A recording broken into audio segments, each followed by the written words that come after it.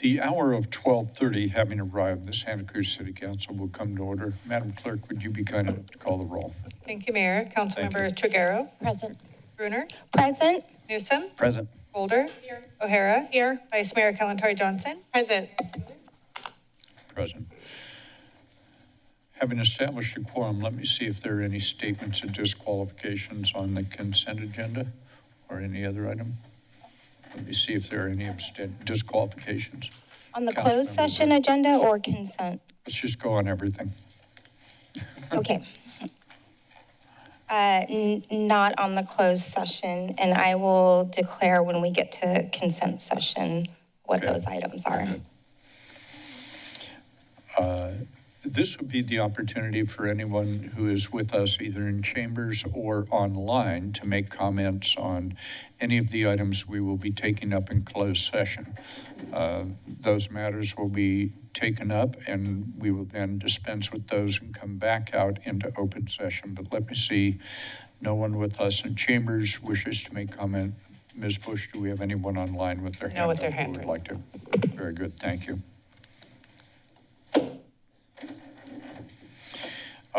For the record, the real property items to be discussed in closed session are those listed on the closed session agenda. We also have items, conference with legal counsel on liability claims, real property negotiations regarding 17E Municipal Wharf, conference with legal counsel on anticipated litigation, and conference with legal counsel on anticipated litigation. Without objection, what we will do at this time is we will go into closed session. We will dispense with those items. We expect this will not take a great amount of time. However, we will be back either at, it looks to me like, we'll be back no earlier than 1:15. Even if we complete our work earlier, we will re-adjourn at 1:15. Everybody good? We will stand adjourned into closed session.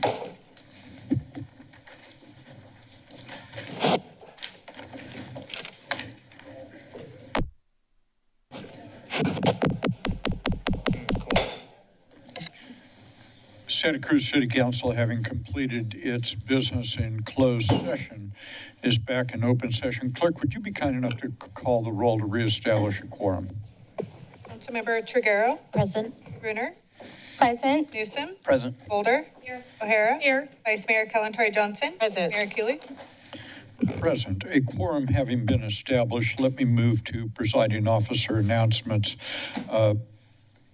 We're going to reorder a couple of items today. We'll be reordering item 34 immediately following item 32.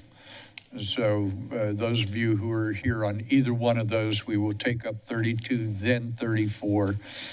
They will be heard one right after the other. Statement of disqualifications. Councilmember Bruner. Thank you, Mayor. I have two items that I will recuse myself from. First one being item number 13, Cooperative Retail Management Business Real Property Improvement District Assessments for fiscal year 2027 as it relates to my employment. And the second item is agenda item number 30, Downtown Association Parking and Business Improvement Area Assessments for fiscal year 2027 as it also relates to my employment. Thank you. Well, thank you. 13 and 30 for Councilmember Bruner. Other members, anyone else have a statement? Councilmember Triguero. Thank you, Mayor. For item number 12, Children's Oversight Fund Say Committee. again, number 12. Thank you. The Children's Fund Oversight Committee, recusing myself as it relates to my employment. We were an applicant. Very good. Item 12 for Councilmember Triguero. Anyone else on disqualifications? Seeing and hearing none, we will move to additions and deletions. Madam City Clerk, any additions or deletions to the agenda? I have none. No. Madam City Attorney. None. Very good. Thank you. Madam City Attorney, any report from closed session? Yes, Mayor. The council met in closed session and discussed liability claims as those claims are listed on the agenda. The council also discussed real property negotiations as listed on the agenda regarding 17E Municipal Wharf. The council also discussed an item of significant exposure to litigation and one item of potential initiation of litigation. And on that item, the council gave a contingent authorization for the city to participate in litigation by way of an amicus brief in an amicus capacity. Details of the matter are confidential at this point and will be until the matter is actually filed and served. The vote on that matter was unanimous with the council. Thank you. Madam City Clerk, anything you would like to draw to our attention on the calendar? Nothing to add to the calendar, no. Very good. Thank you. We are on the consent agenda. For those of you that might not be familiar with. Mayor, sorry. Yes, I'm sorry. We also have oral communications and the 2 presentations before consent. Oh, very good.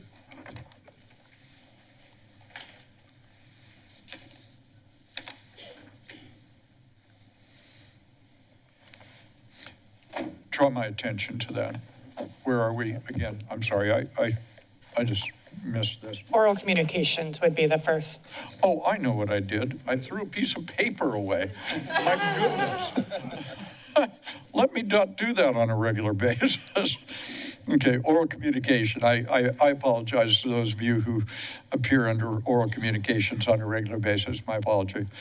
This would be the opportunity for anyone to address the council on a matter under our jurisdiction, but not on our council agenda today for a period of time not to exceed 2 minutes. Good afternoon, and as a regular commenter, my apologies on that. Oh, you know what? We are all human.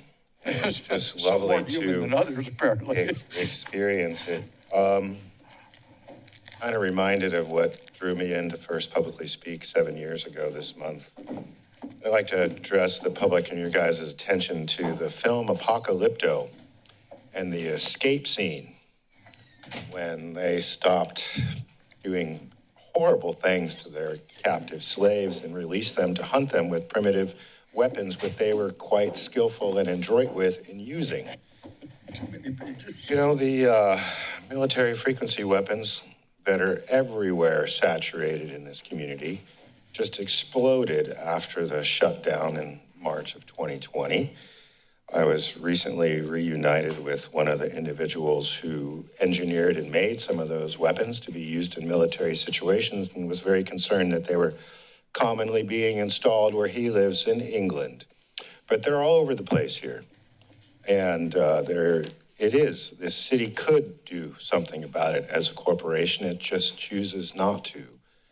I think if I would have learned anything from speaking here 7 years ago, is to really question the supposed authority, you know, because it's my personal experience and I'm not trying to be funny or accurate or anything, but one thing government's really an expert at is thinking it's an expert about anything.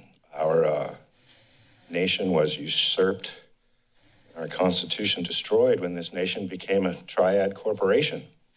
And our issue with the city and county managers that, it's hard to be polite about this, but so why don't I just leave it at that? I'd love to speak for more on that subject. But on a human level, I had a couple brief conversations before I came in here that were really nice. So thank you for that. Thank you, sir. We have anyone online? What we'll do online is we'll toggle back and forth. We'll take a person here in person, then we'll take somebody online. So it's the online person at this point. You will be next, sir, after the person online. Person online, good afternoon. Welcome to the City Council meeting. Yes, hello. Hey, in honor of our nation, the most powerful, prosperous, longest-lasting democratic republic in the history of man, on occasion of its coming 250th birthday, I suggest you and we all reaffirm our highest loyalty to the Union by stating the Pledge of Allegiance before the 4th of July. It honors and affirms loyalty to the symbol of all that America represents. That it was discontinued was disrespectful, but your disrespect to the flag and public comment about it for the first time in recorded history took a turn for the better last meeting. It seems somebody, I wonder who, finally after 5 years or so, and I complained about it for 5 years, at the June Pride silliness, disrespected the national flag, and they must have finally understood Public Law 94-344, known as the Federal Flag Code, as well as the California State Government Code 436, which states where the national and state flags are used. At all times, the national flag shall be placed in the position of first honor, which in this flag display setting is always that the U.S. flag should be displayed to its own furthest stage right, with all other flags displayed to the left. I think it looks a lot better now, don't you think? It only took 5 years to get there. And California State Government Code Section 437 states the Superior Court shall enforce this chapter on the complaint of any citizen. Well, thank goodness it didn't come to that. Let's not see any other flags. Well, I don't care what they are, Mexican, Palestinian, Antifa, sickle flags, whatever. We don't need them. It's just not appropriate in this venue. Thanks. Thank you. Good afternoon. Welcome. Hello, my name is Roland Sayer. I'm speaking on behalf of Santa Cruz Climate Action Network and the environmental team of Indivisible. In 2017, Santa Cruz joined a lawsuit of several California municipalities against various fossil fuel companies, among them Exxon and Chevron. The cities wanted to force the companies to pay for the damages caused by the burning of these companies' products. The damages including the results of wildfires, floods, sea level rise, heat waves, droughts, and storms. Here in Santa Cruz, we most recently suffered the partial destruction of the wharf and of the coastline along Westcliff Drive. The suit, and with it the possibility of payment for damages, came under threat through legislation introduced in Congress. That's HB 8330 and SB 4340 on April 17. The companion bills aim to provide immunity to big oil from any lawsuit, including pending cases, such as the suit to which Santa Cruz is a party. While the likelihood of these bills passing is at this point said to be low, there is the ominous threat of the bills being attached to an omnibus bill, which would shield them largely from public scrutiny. Therefore, I ask you to send a message to Congressman Panetta and Senators Padilla and Schiff to urge them to do whatever they can to keep such legislation from passing. Thank you. Thank you. Anyone else online? We'll take the next person online. Good afternoon. Welcome to the City Council. Hi. Hi. My name is Anna. I am with Arune Foundation. We are based off in Fremont, California. And we wanted to, do we have our deck up by any chance?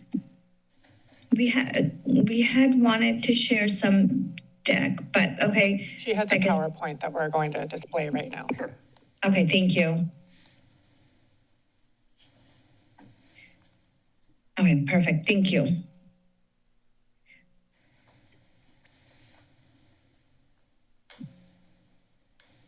Next slide. This is Arena Foundation. And a little bit story about us is drowning is a leading cause of accidental death worldwide. Over 40% of drowning deaths occur in natural water settings. Many beaches in California have no lifeguard or safety equipment. 48% of all drowning deaths occur in June, July, and August. In California, highest drowning rates are recorded in Northern California, the Sierra, and the San Joaquin Valley. Next.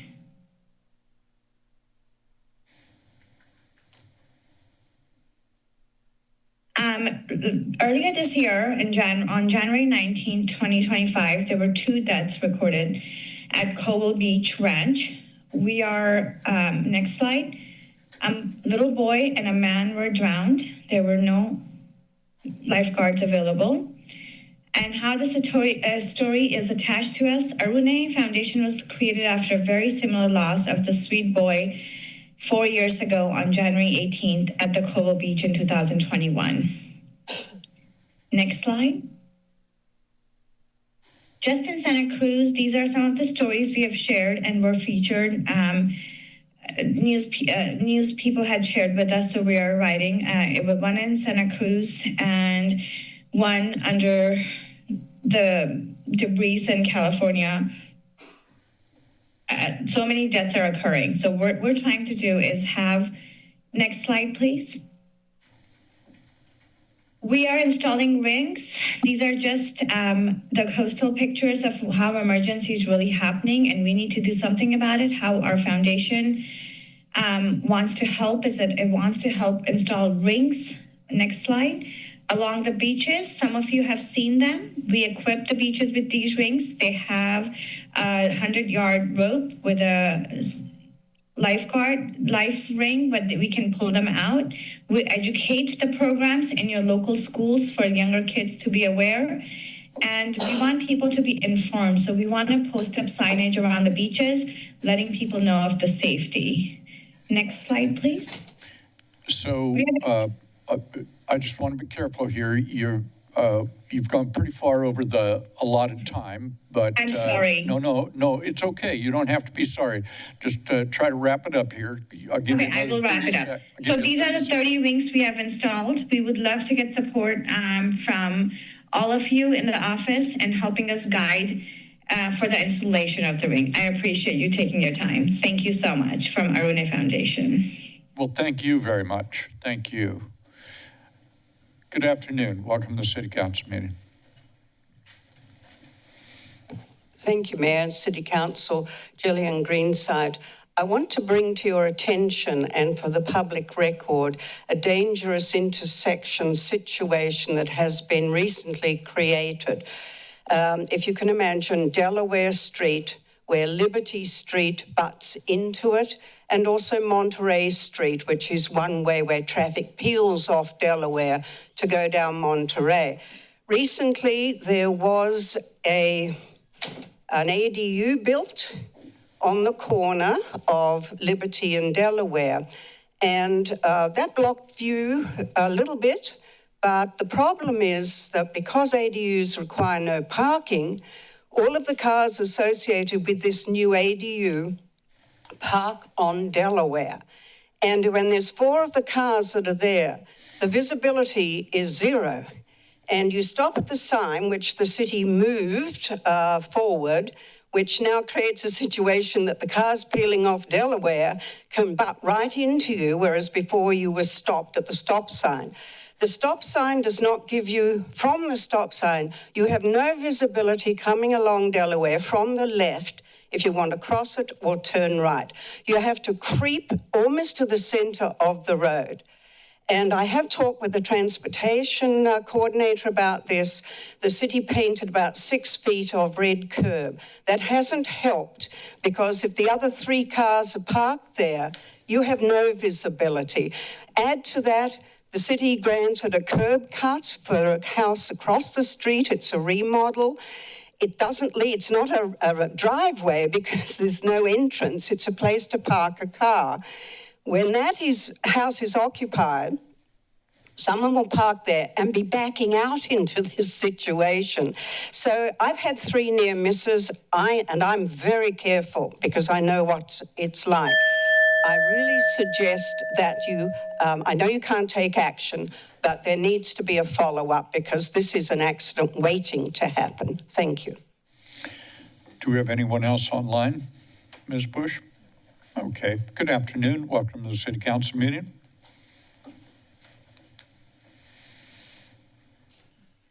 City Council, members of the community, City Mangler Huffaker, Matt Huffaker, and I use the term mangler advisedly, remodeled the Santa Cruz Inn, calling it Live Oak Landing at a cost, I'm told, of $4 million. That was in October 2025. with the backing of the Keeley City Council at 2950 Soquel Avenue on Frontage Road next to the freeway. The purpose of the costly remodel, to stash some of the Coral Street refugees. Those are the homeless people now tenting on the sidewalks of Coral Street between police sweeps, of course, in front of the closed gates of the multi-million-dollar poverty pimp Coral facility. In front of Housing Matters, or Funding Matters, as we call it, but for the last 7.5 months, the Live Oak Landing has been empty. Further, on April 1st, Funding Matters cut off toilet, washing, water, mail, and electric facilities to all non-paying clients over the objections of staff and clients. Instead of Live Oak Landing housing, they got service cutoffs. It's past time to audit city money going to Funding Matters. How much actually goes to paying clients in terms of services? To say nothing of the hundreds more unhoused outside who used to get services at Housing Matters. How much instead pays for police harassment and theft of their tents on a regular basis? For buildings, bureaucracy, studies, and staff, the porta potties and hand washing stations previously available to the Coral Street tent survivors were removed 2 months ago. Same with trash cans. Is the city obliviously or intentionally creating a public health hazard? An excuse to remove and fence off a homeless encampment? Finally, why has Jeremy Leonard, the inaccessible gatekeeper, not been replaced? Go down to Coral Street, see for yourself, and talk to the survivors. Do we have anyone else online who wishes? No one with their hand up. Last call regarding oral communication. Seeing, hearing none. Councilmember Brunner, we are on item number 5. This is a proclamation regarding Juneteenth, Jubilation Day. Thank you, Mayor. Thank you. I'd like to invite, we have some folks here to step forward to the podium to receive this proclamation. Thank you, Mayor Keeley and Honorable Council. My name is Tremaine Hatton-Jones. I'm the Superintendent of Recreation for the city, and we are very honored to receive this proclamation proclaiming Juneteenth in Santa Cruz. Today I'm joined with Anna Elizabeth and Dave from Sure Things Productions. They represent a slice of our Juneteenth steering committee at Lyndon Nelson Community Center, the house of the Juneteenth celebration, which is coming up this Saturday. Thank you. Can I read it? And then I will invite any further comments from both of you. Whereas Juneteenth commemorates the end of slavery in the United States and is recognized as the longest-running Black American holiday honoring freedom, resilience, and the enduring contributions of Black Americans. And whereas for 35 years, Juneteenth has been held at the Lyndon Nelson Community Center to commemorate the arrival of news of the Emancipation Proclamation to the last enslaved people in Texas. And whereas the celebration recognizes the important legacy of Lyndon Nelson, a formerly enslaved man who, upon his death, donated his property to the city of Santa Cruz for the purpose of education, leaving a lasting contribution to the community that continues to serve generations today. And whereas Juneteenth has been an annual event for the Santa Cruz community and its supporters to come together and celebrate Black African American culture, history, and art. And whereas the staff of the Lyndon Nelson Community Center and the Juneteenth Committee have worked together to continue this tradition of a Juneteenth celebration in Santa Cruz, begun by Raymond Evans in 1991. And whereas Anna Elizabeth and David Clater of Sure Thing Productions have devoted their time, energy, and vision to leading the Santa Cruz Juneteenth Committee, uplifting and uniting our community through the showcasing of inspiring local Black talent from Santa Cruz and the greater San Francisco Bay Area for the past 26 years. And whereas the support of individuals, local businesses, the City of Santa Cruz, the London Nelson Community Center, and Sure Thing Productions, the Santa Cruz Juneteenth celebration brings together a coalition of partners that make it possible to provide an annual free cultural event for the public. And whereas City of Santa Cruz Juneteenth celebration has historically included community-centered offerings such as health and wellness, resources, cultural performances, youth and family activities, and educational opportunities that reflect the richness and resilience of the Black community. And whereas the 2026 theme this year, resilience, honors the strength, continuity, and collective care that have sustained this celebration and will ensure its continuation for years to come. And whereas the state of California recognizes this cultural event as a valuable asset to the Black community and the community as a whole. Now, therefore, I, Sonia Brenner, on behalf of Mayor Fred Keeley and the City Council, do hereby proclaim Saturday, June 13th, 2026, as Juneteenth Celebration Day in the City of Santa Cruz. And I encourage all residents, visitors, and members of our community to join in this joyful celebration of this momentous occasion, honoring both the historic significance of Juneteenth and the proud 35-year tradition through which Santa Cruz has uplifted and cherished this important holiday. So thank you very much. And again, this Saturday from 12 p.m. to 6 p.m. at Laurel Park, the park behind London Nelson Center, is the Santa Cruz Juneteenth celebration, and hopefully we'll see the community there.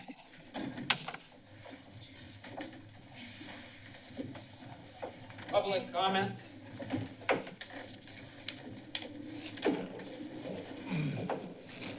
Public comment?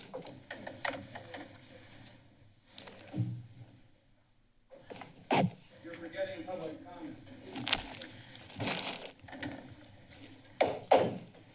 You have the floor. Thank you. First. And thank you, Councilmember Sonia, for reading the proclamation and for pushing that through for us.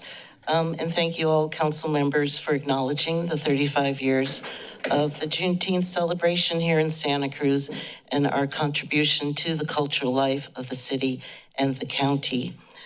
David and I were asked 28 years ago, I think, by Raymond Evans to continue the tradition of putting on Juneteenth when he retired from London Nelson Center. And we were very happy to do so. It's been a joy to produce this for the last 28 years for our Black community and the community as a whole.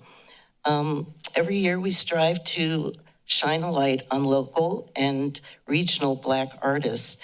And while this partnership the partnership with the city and London Nelson is with the critical infrastructure you provide, we're still doing a lot of fundraising.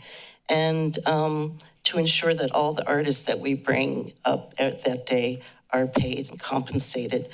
This year's Juneteenth involves over 40 Black artists and creatives in the production of the event, including graphics, interns, and of course, performers. The majority of them live in Santa Cruz County. Juneteenth is proud to be part of the arts and cultural ecosystem in the Santa Cruz area, and we look forward to our continued support and partnership with the city of Santa Cruz. Thank you, and I hope we see you all out on Saturday. Thank you. Any public comment on this item? Yes. First of all, I support this, and I thank the city council and the folks who are doing this. I just want to say that it would be nice if the other 364 days of the year, for example, the bathrooms at London Nelson were open to both Black and other races who don't happen to have participation in a particular program in London Nelson. So that isn't the case. It hasn't been the case for 8 years. They've been locked down, closed down. You had to open them by code to get into them. And so I'm hoping that this group, or possibly this group, or maybe this group, because I think it's the public that ultimately will do something about this, make sure that there are open facilities for both the disabled, the elderly, people of all races. Thank you. We are on item number 6. This is, excuse me? On this item? On this item? Yes. Please proceed. Well, I appreciate that I can. I'll make some brief notes. I mean, my name is James Ewing Whitman. I don't expect anybody to believe a word I say, but people should open up our Constitution and read our amendments.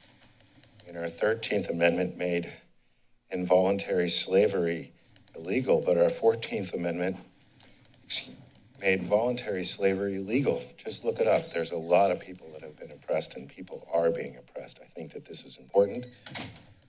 Great holiday. There's what happened to the people who were mostly native to Africa was horrific, but that's happened to many other groups as well. I don't want to overstep, but I just figured I'd say something. People should read our Constitution and talk to each other. Thank you. Anyone else? We're on item number 6. This is the Xingu delegation report back. We have a number of folks, Linda and Jermaine and Emily are all here to give us updates on all the fine work that's been done. Good afternoon, welcome. Thank you, Mr. Mayor. I'm absolutely thrilled to share some wonderful news regarding our Sister City program. We recently wrapped up an incredible 10-day delegation to Xingu, Japan. And it was an unforgettable experience for everyone involved.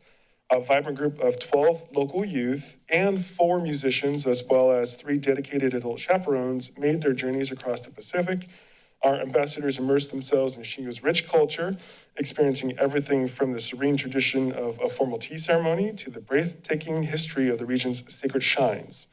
It was a powerful week of connection, of learning, and mutual respect that these students will carry with them for a lifetime.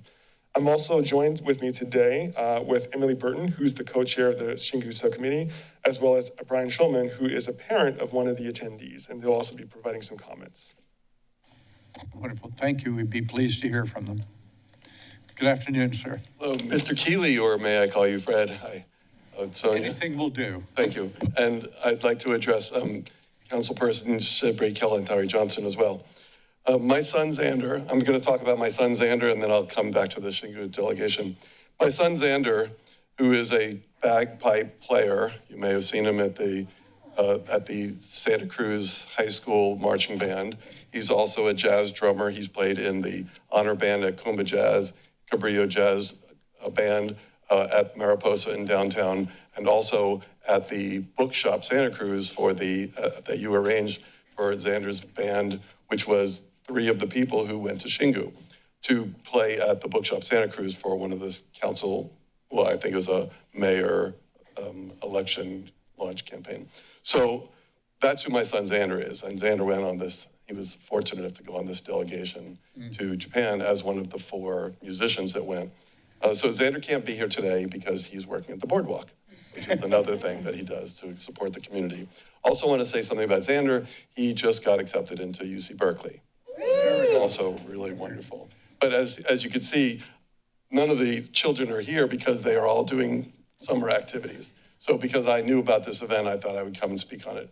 As far as the Xingu delegation goes, I produced some television shows in Santa Cruz through community television. And years ago, when the Xingu delegation was coming to Santa Cruz, I did a show about all the sister cities organizations. And that was when Kisesa, Uganda was being considered as a delegate. So just want to say that when Xander went to Xingu on this trip, he said that he had traveled to 3 or 4 other cities in Japan during the visit. And he actually felt that Xingu was the most beautiful place that he visited of all the cities he went to. And he really could see why Santa Cruz chose Xingu as the delegation city. So I want to thank the city for making it possible for the children to attend. I think it's a great program. Xingu is a great city, and all of the sister cities organizations are a great part of the city of Santa Cruz. So thank you very much. Thank you. Ms. Burton. Hello. Hello. I'm here in front of you today at this part of the meeting as a member of the Sister Cities Committee and the liaison to the Xingu subcommittee within that committee structure. And I just wanted to give you a couple of updates on what we have going on in the next year. So in October, from the 7th to the 14th, we have an art delegation being planned, which we are very excited for. We're having about 11 delegates from Xingu come and visit Santa Cruz. We are coordinating that timeline with the Arts Council Santa Cruz County Open Studios event. So we are looking to see some local studios, and we are also coordinating that with the Japanese Cultural Fair rescheduled date. So we are currently gathering interest from local artists, and we're scheduling a trip for those delegates filled with demonstrations, visits to local studios, and even a potential downtown mural walk led by the artists who painted some of our lovely murals downtown. And then next year, we have an outgoing youth delegation as well as an incoming youth delegation that we are looking forward to coordinating. So just wanted to make sure that you knew all the latest and greatest on the Xingu subcommittee. Thank you so much. Thank you so much. I just want to provide just an update. You can check out all of the opportunities as well as events for Sister Cities at the city website, which is santacruzca.gov/Sister Cities. And thank you. Well, thank you, and thank you for the fine work every year. I know this is a major undertaking, and making those ties, maintaining those ties are obviously quite important. Thank you very, very much. Any public comment on that item? Seeing, hearing none. Item 7, we're on City Serve Volunteer Awards. I'm going to invite up Mr. Shaman, the City Serve Program Director. Excuse me. Go ahead. This one was at or around 4 o'clock. We'll do it at what time? At or around 4 o'clock, whenever we're done. Yeah. We're going to do it at 4 o'clock. We're all the way down to now. We are going to do the consent agenda items 9 through 28 inclusive. If you're not familiar with how we do that, we take all of these items on one vote. Before we do that, I will give the opportunity to council members and then the public to pull an item, comment on an item, or ask a question on an item. I'm going to start today on my left with Councilmember Golder. I just have one comment on 12. Please. Happy to see the work of this finally, accumulating quite a bit of money. I have one request from a member of the public for the people on that committee, and their thought was, with the cost of Parks and Rec activities going up so much, even for middle income families, it's starting to be unaffordable, and some of the scholarships money is not necessarily being accessed, and they were wondering, and I don't have anything to quantify this, but they asked me to ask if there's a possibility of you doing a general donation or whatever towards Parks and Recreation to lower the cost of programming for everybody. And so it's just a comment. You don't have to respond now, but that was an ask to ask. All right. But you are asking. Yes, I am asking. Yeah. So I think if there's anyone here on this item with us who could respond, that would be, that's in your office, or do you wish to provide a response? Happy to provide a response on that. Appreciate the question, Councilmember Golder. We've had some correspondence on this, actually, and it's something we're looking into. It's part of a broader discussion around our relationship with the Friends of Park and Rec organization as well, and how we've historically partnered when it comes to lowering hurdles to entry to our Parks and Rec programs. So we'll continue working towards that with our staff and partners, and bring an update to the council at the appropriate time. Okay, thank you. Further, council member? We good? Okay. Council member O'Hara? No comments, thank you. Okay. Madam Vice Mayor? yes, thank you. Item 12, 16, and 27. And item 12 is the Children's Fund Oversight Committee funding recommendation for allocation of FY27, FY28 funds. And thank you, Councilmember Golder, for bringing that up. I am also one of the people engaged in that conversation. So maybe we can partner on that. But I did want to just say a few words here on this item and daylight some things that are in the agenda report. Santa Cruz is the first city in the state of California to have a dedicated cannabis tax revenue children's fund and have that done through a charter amendment. In 2021, with former Mayor and Councilmember Martine Watkins, there was a council action of dedicating 12.5% of cannabis tax revenue to dedicated children's fund. That was in 2018. And then in 2021, we took it to the voters and increased that to 20%. So that's a pretty big deal. We're very unique, and like so many other issues, we are leaders on this issue. These funds are specifically designated to serve young people under the age of 25, prioritizing those who are impacted by poverty, trauma, and violence. And the Children and Youth Bill of Rights and the State of the Youth Wellbeing Report were our guidance for the Children's Fund Oversight Committee of how to allocate the funds. I want to also note that although every jurisdiction in our county has a Children and Youth Bill of Rights, we are, again, the only city, the only jurisdiction that has a dedicated fund, that has a community process to allocate those funds. And this year, for the next 2 fiscal years, we're allocating $530,000 to 15 programs. And we're pretty proud of that. We should be pretty proud of that. That's going 2 programs to help the children in our community. I especially want to thank the Children's Fund Oversight Committee members who are volunteers who serve their time on this committee. I want to thank the ad hoc committee members, Andrew Cunningham and Pamela Velasquez. And I want to thank Ms. Gina Liebig for your leadership as staff. And I'm really excited to see this move through. I do want to point one part of the motion, which is to explore options of using the $10,000 for finding other revenue streams for the $10,000 dedicated to the State of Youth Wellbeing Report, so that I can go back into the pot and go directly to the children and youth programming. And with the establishment of the Office of Wellbeing, I'm feeling hopeful that we could do some of that kind of work in-house. So that's that item. I had a lot to say there. Item 16 is the owner's representative contract for the Coral Street Substance Use Disorder Navigation Center. I think I've done this acknowledgement before, but I'm going to do it again. Just the incredible hard work of the city team. $30 million of B-CHIP grant is no small feat. I know because I've written some of these grants for other organizations, and it's very competitive, and we were awarded this grant, and this is one of the first steps towards actualizing this very needed facility for our community, for the most vulnerable in our community. So very excited to see this agenda item. And then item 27, which is the Metro Rapid Corridors Project Agreement and Budget Adjustment. Again, I want to daylight some tangible improvements that this is going to bring to our city.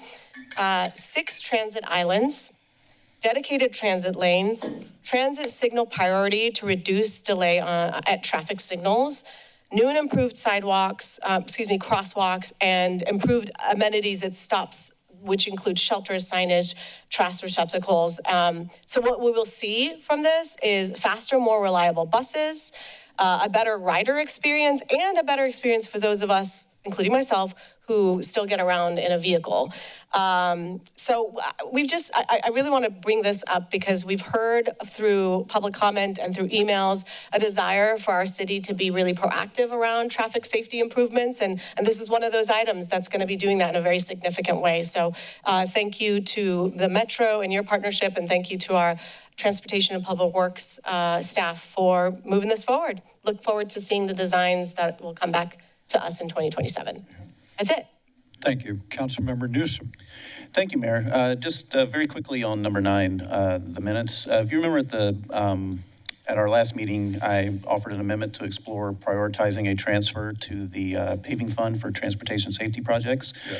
I've since learned that the technical name of that fund is the Street Maintenance and Rehabilitation Fund. So I would just like to ask the clerk to amend the minutes to show that the name of the fund is the Street Maintenance and Rehabilitation Fund. Thank you. Without objection, such will be the order. Councilmember Brunner on the consent agenda. I have no further comments or questions. Thank you. Councilmember Triguero on the consent agenda. Thank you, sir. I'd like to align myself with the Vice Mayor's comments on number 16.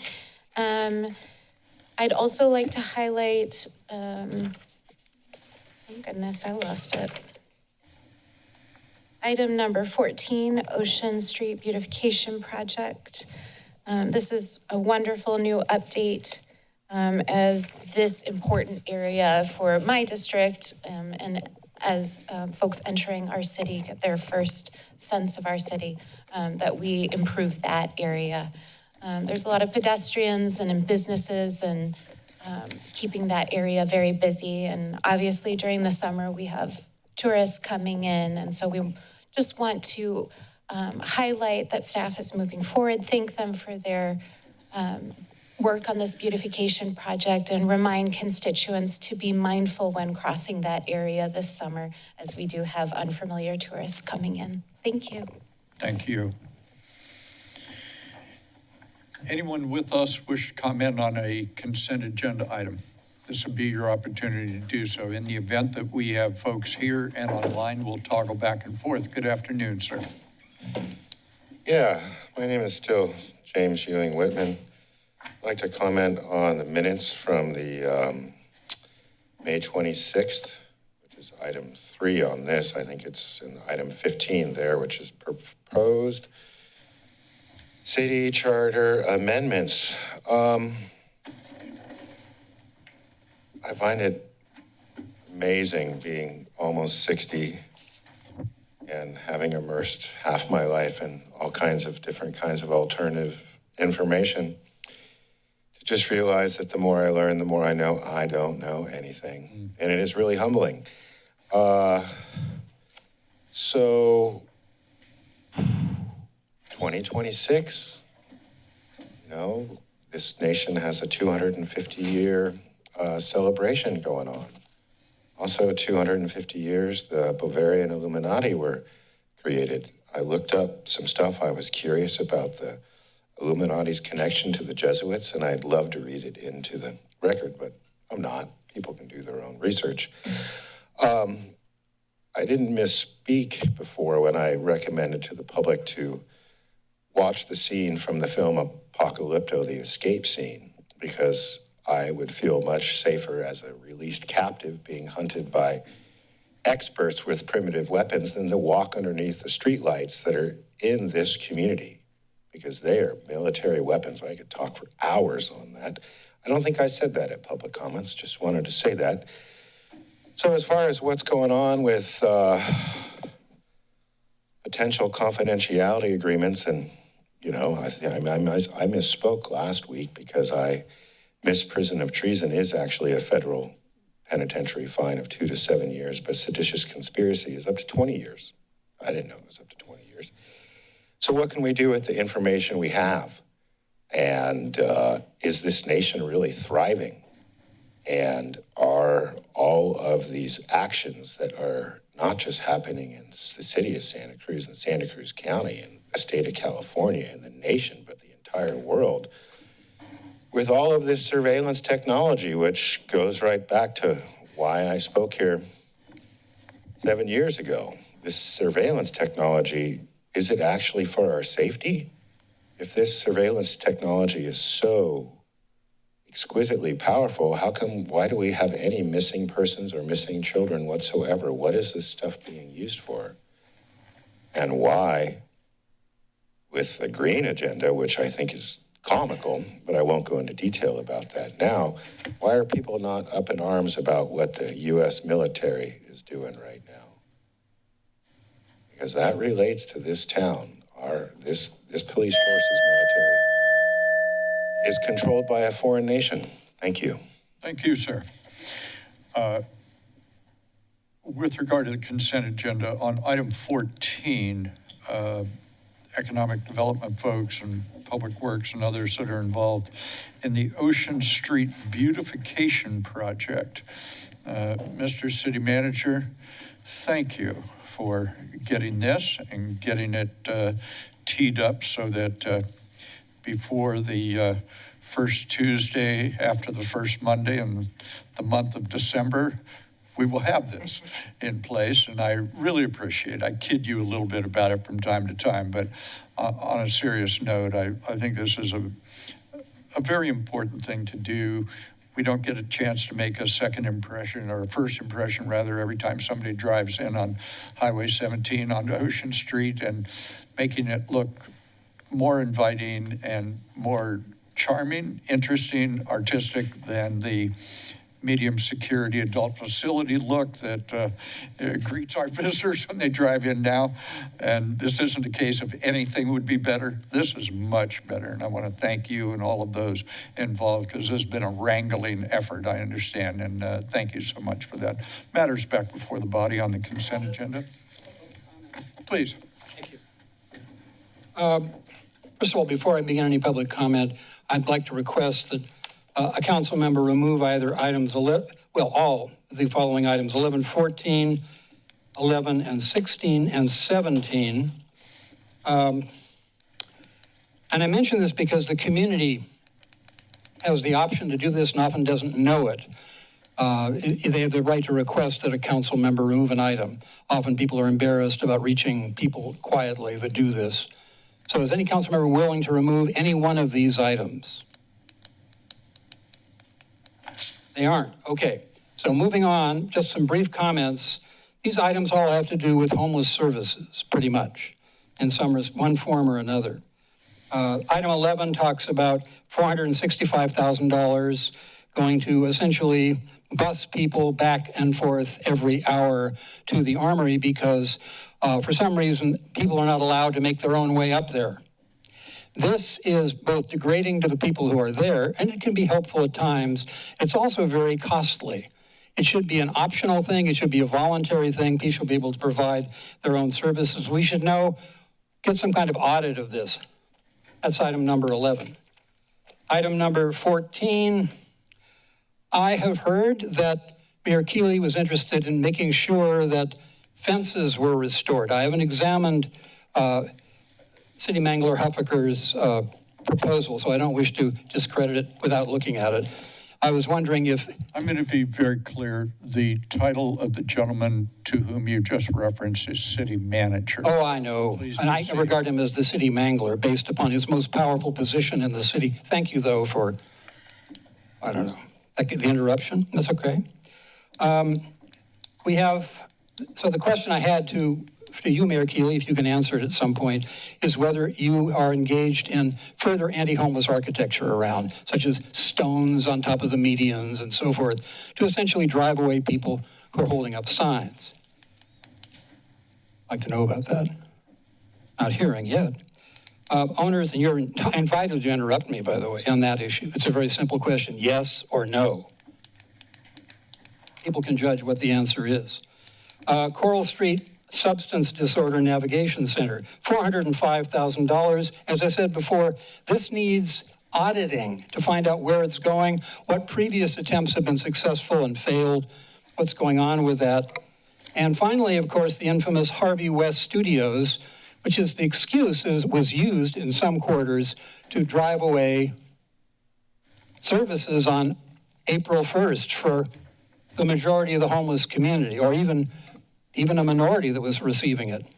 These are questions I have, and I'm sorry that no council member, including Ms. O'Hara, who was once very supposedly concerned with the homeless issue, had no interest in raising these issues.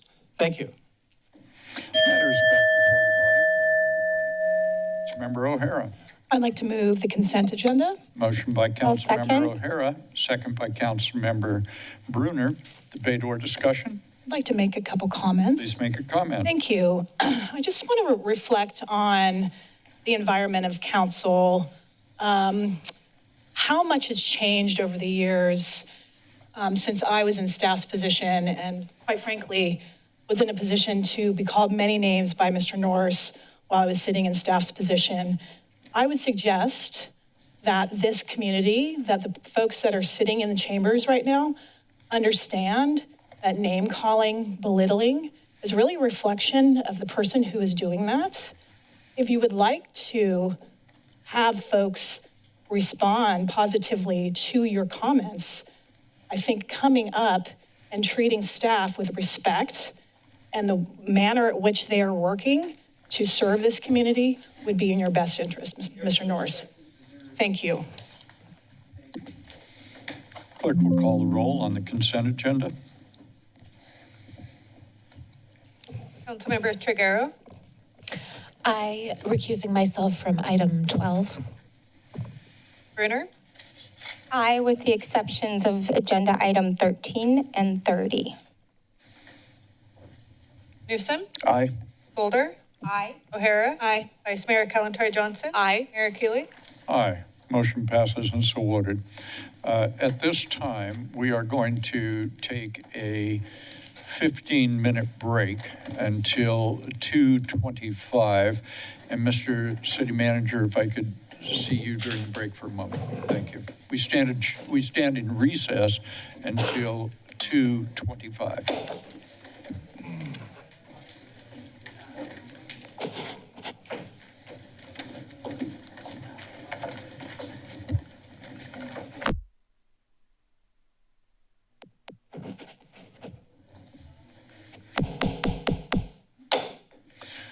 Following one of our afternoon recesses, council is back in session. A quorum has been previously established and maintained.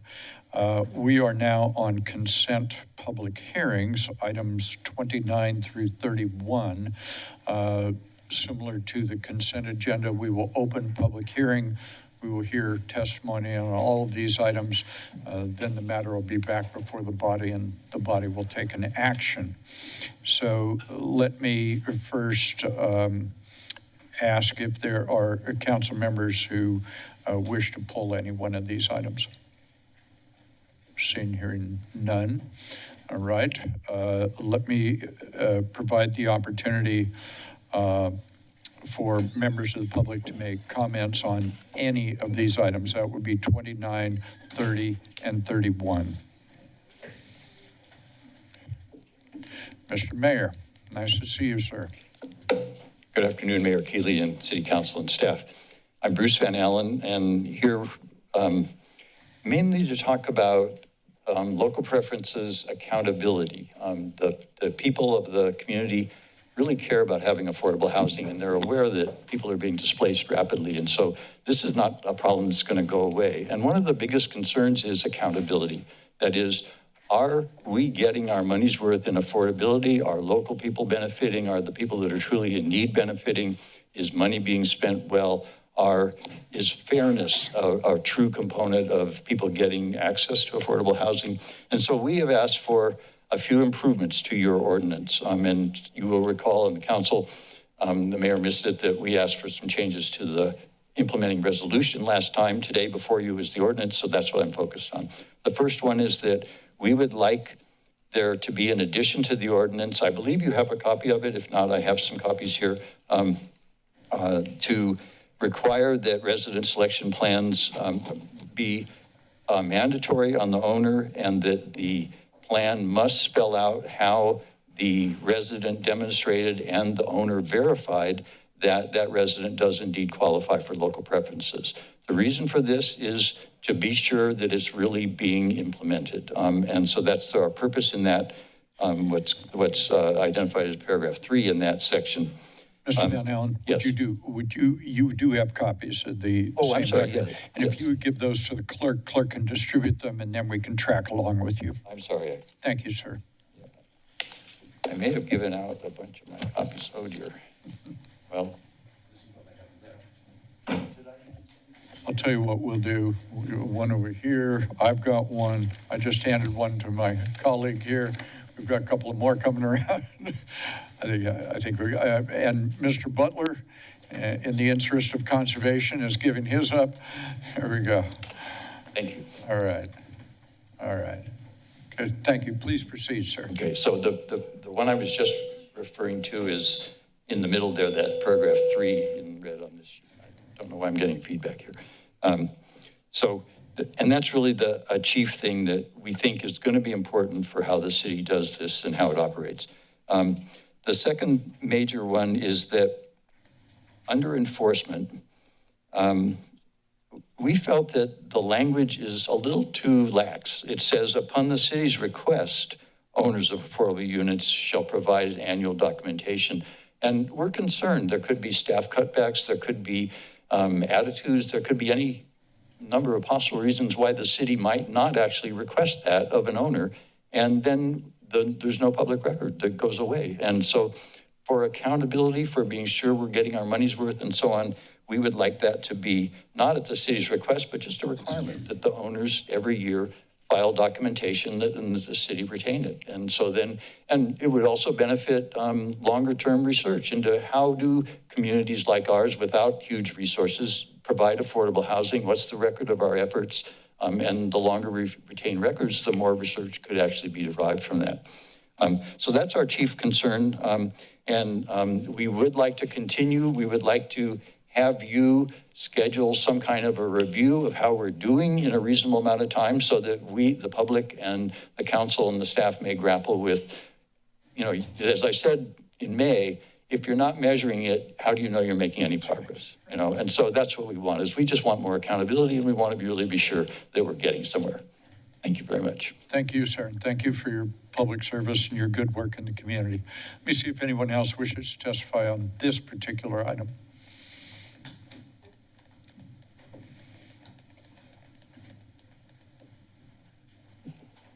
Mayor, Vice Mayor and Council, Gillian Greenside, looking at the clock, thank you.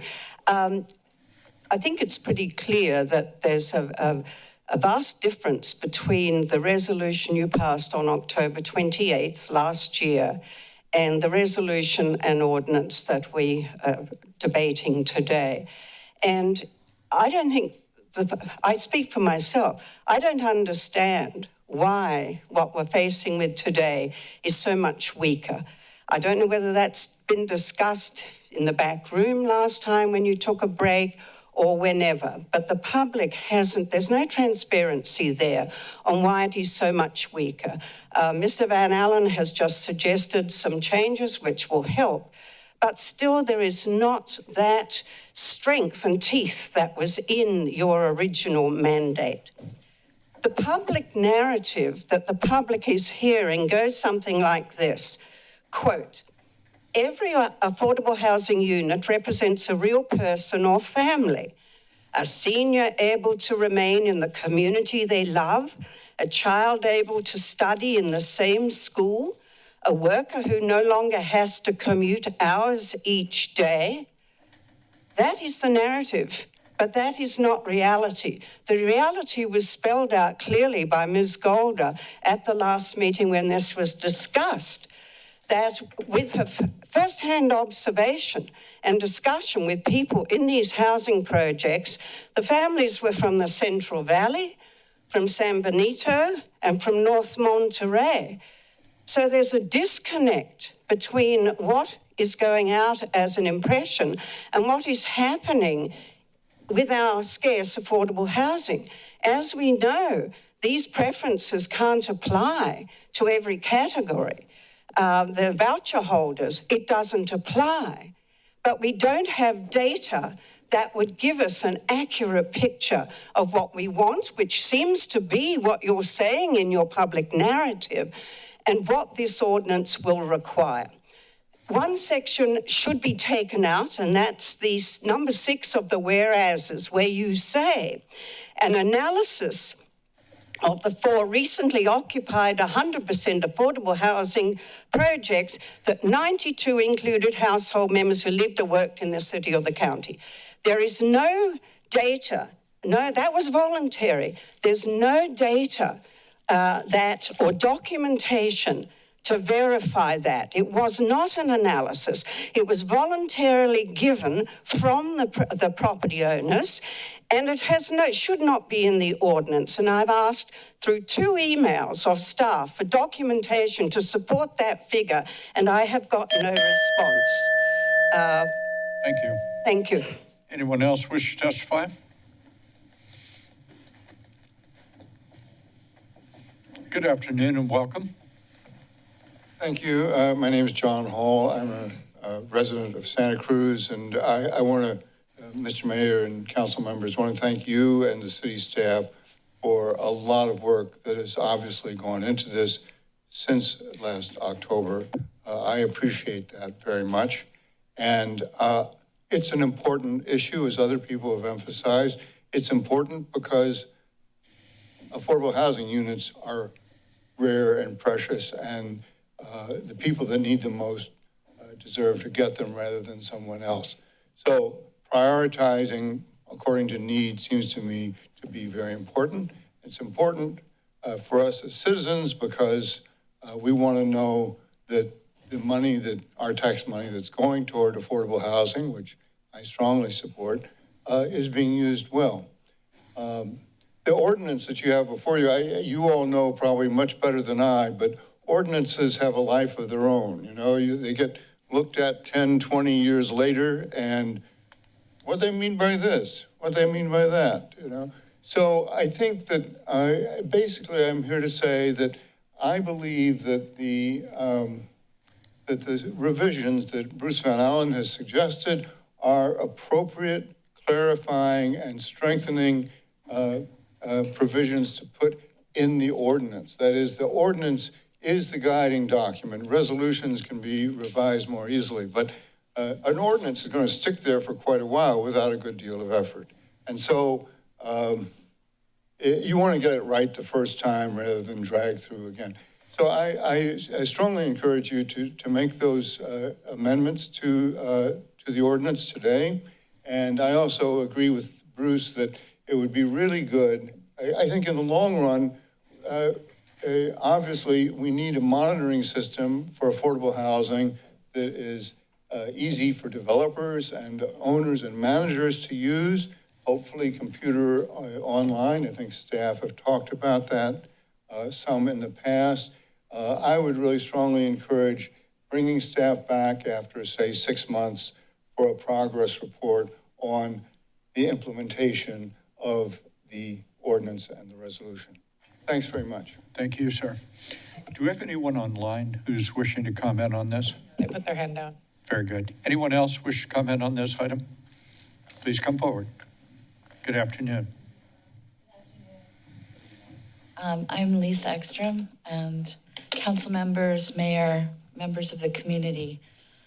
If strengthening the preferences for affordable housing for our local workers and residents is truly important to us, and from everything I hear, I do believe it is, that means to me that we need to do the due diligence of providing the mechanisms for our local preference policy so that the affordable housing available, which we know is limited, is guaranteed to go to local residents and workers. We need these means of confirmation and accountability.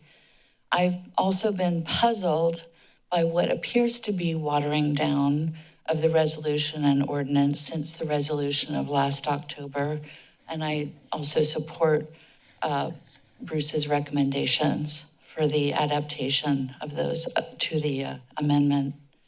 And I wholeheartedly support the city seeing through this implementation, verification, and enforcement policies, the transparent systems to achieve these things. The health and strength of our community in the future depends on us seeing this through. This is the time. Thanks very much for your time and consideration. Well, thank you. Anyone else wish to testify on this matter? Good afternoon. Welcome. Thank you, Adrian Pearson, speaking on this item as well.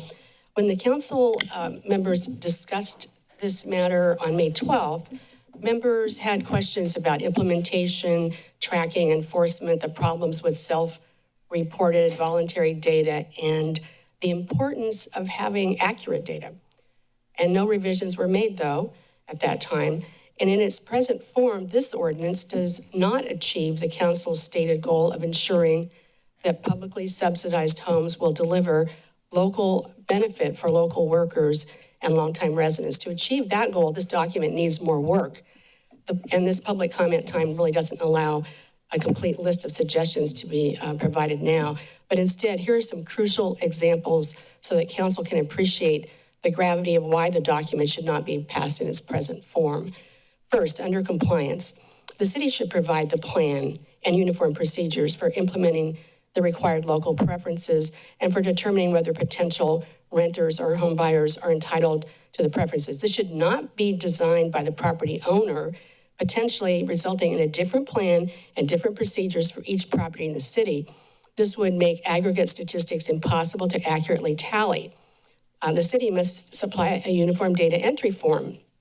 Just something simple, a form used by all property owners for each prospective resident that includes the information to tally in aggregate if residents work in the city or in the county where residents lived prior to receiving subsidized housing and so forth. And as council stated in its discussions on May 12th, it is important to have accurate data. By not providing a uniform data entry sheet, this information will come back to staff in a mush, difficult to locate or extract with incomplete or missing data, and generally not making it possible to summarize the needed statistics. Additionally, and a second fatal flaw in the ordinance, under enforcement, documentation should not be solely at the city's request. This has been mentioned previously today. Documentation should be reviewed by the city annually as part of its tracking. So the appropriate city agency should receive annually evidence that a resident continues to qualify for the housing and also confirm the resident is still living at that address. Failure to perform this most basic tracking function sets up the opportunity for fraud on the public. Picture a resident who's moved on, handed off their home to someone who's never been vetted or qualified, while a deserving family remains on a wait list for housing. So in the public's interest, which you serve, respectfully do not approve this ordinance as it's written, but rather direct revisions to assure that accurate data can be obtained and that ongoing tracking and monitoring is achieved. And then let's reread this ordinance and resolution to be sure the goals of this ordinance actually can be assured. Thank you. Well, thank you. Anyone else wish to testify on this matter? I am closing the hearings on all three items. Matter is back before the body. If I could make a couple of comments. Excuse me, Councilmember O'Hara, please proceed.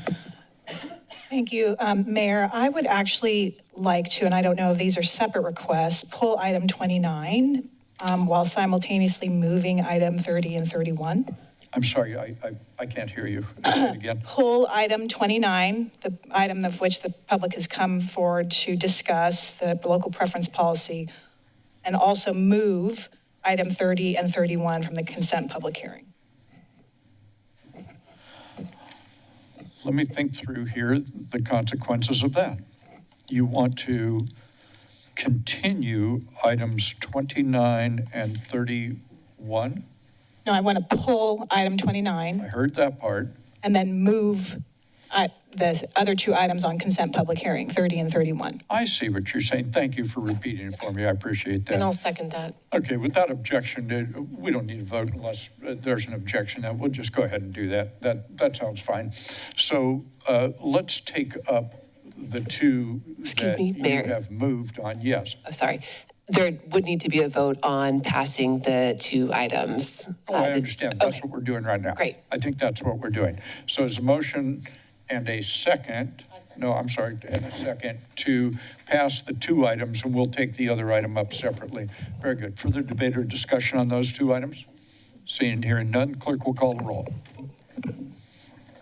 Councilmember Triguero. Aye. Brunner. Aye, with the exception of item 30. Yeah, right. Newsom. Aye.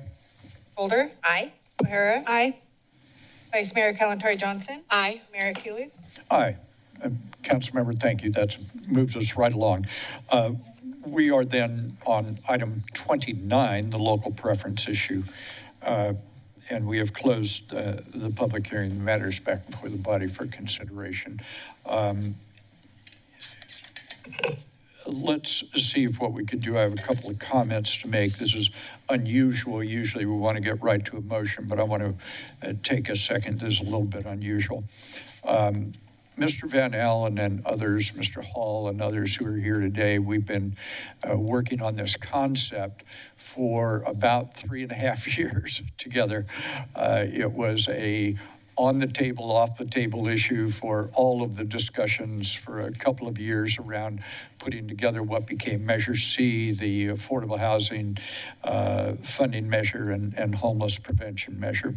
And again, Mr. Van Allen, Mr. Hall, others, as well as other people in the community, deeply involved in the development of that issue. By agreement with each other, we said, I'll tell you what, this local preference issue is needs to be approached very carefully. We got this under advice of counsel that local preference, you've got to be extremely careful with that because of the other laws that relate to discrimination in housing. And so you've got to try to feather these two public policy concepts and then into this narrow place where you can have local preferences that will survive a legal challenge. And so I want to thank Mr. Van Allen, who is at the lead of a whole, I'm using his name as a proxy for a lot of other folks who were involved in that. So over the months, we have had a series of meetings and conversations, the result of which was the ordinance. Mr. Van Allen and others have said we still have issues. That's why we're here today having this conversation at this very moment. In conversations this week with Mr. Van Allen, representing others, we have gotten to a place where the following concepts seem to make sense to us and upon which I believe, or about which I believe we have an agreement. On item number 3 on the document that was handed out by Mr. Van Allen and which he testified on and been the subject of conversation here today, what we would like to do on there, or what I would prefer if we can do this without objection when we get to a motion, is as part of the motion approving the ordinance, is to provide additional direction that the local preference guidelines, which are in service of the ordinance. They can't be something different or more or less. They have to be in service of the ordinance. That those guidelines, which have, in my view, the effect of law, we would include in terms of direction in the preparation of those local preference guidelines, that the language in number 3 be part of the direction on those guidelines. Do I have that right, Mr. Van Allen? Please come up. Please come up. I want to make sure we get this right.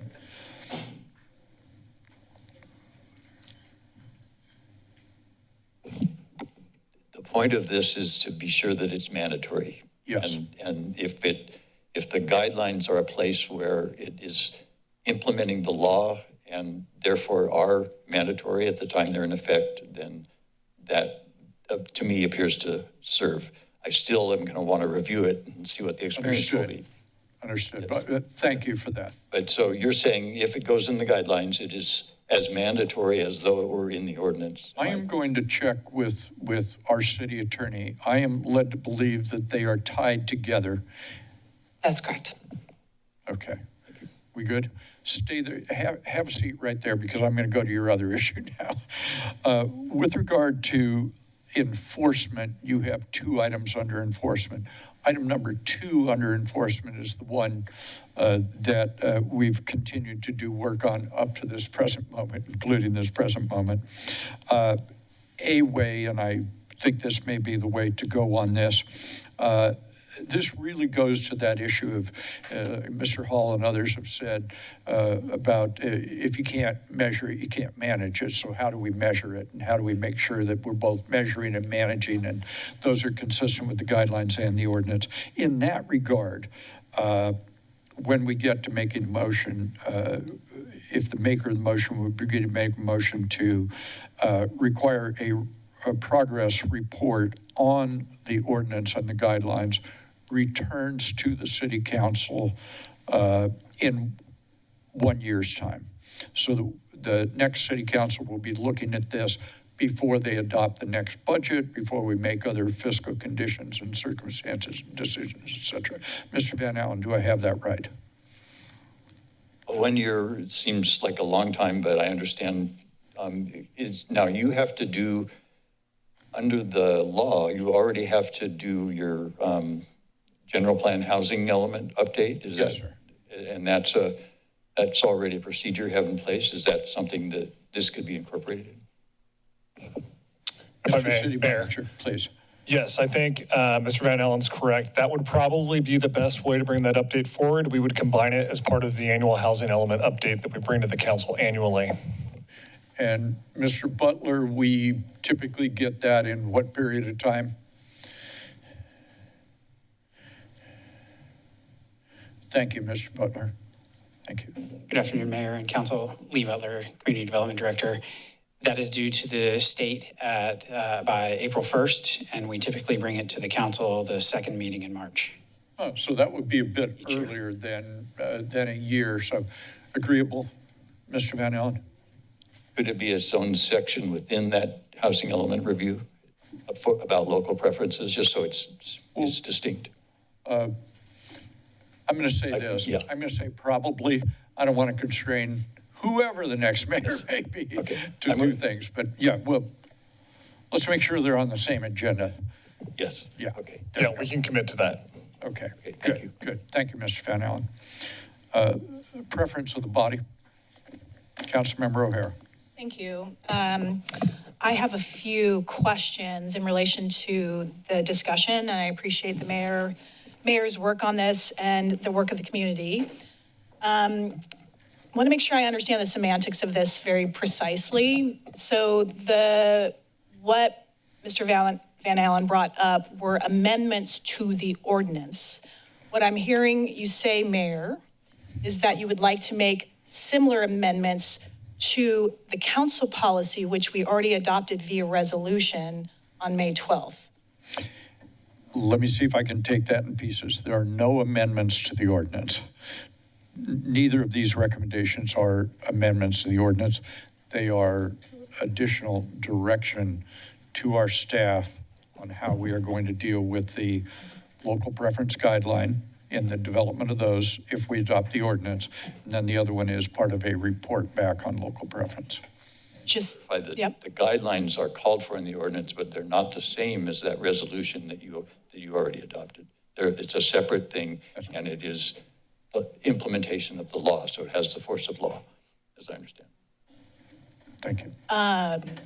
What I see, if the clerk would bring up the potential motion, was I feel like I was looking through the ordinance and seeing red lines and additions to certain sections of the ordinance. That is, but I want to make sure your motion does not include that, because that's what I think. Rather than going through Mr. Van Allen, you can ask me that question. No, I'm not asking Mr. Van Allen. I was suggesting that as I saw the clerk taking notes, I want to make sure, and I want to yield to our city attorney, what exact motion language is required to get to what the mayor is asking for. Yeah, so I think that the city clerk was working on this in real time and may not have had it 100% correct on the screen. So I believe what the mayor is suggesting is to go ahead and pass the ordinance as written, but to, let's see, local preference policy shall be included. Let me see. Let me look at this. I could take a crack at it if you don't mind. So approving the ordinance as currently set forth in front of the council, along with directing staff to incorporate a language included in item 3 into the local preference guidelines. Yes. As a mandatory requirement going forward.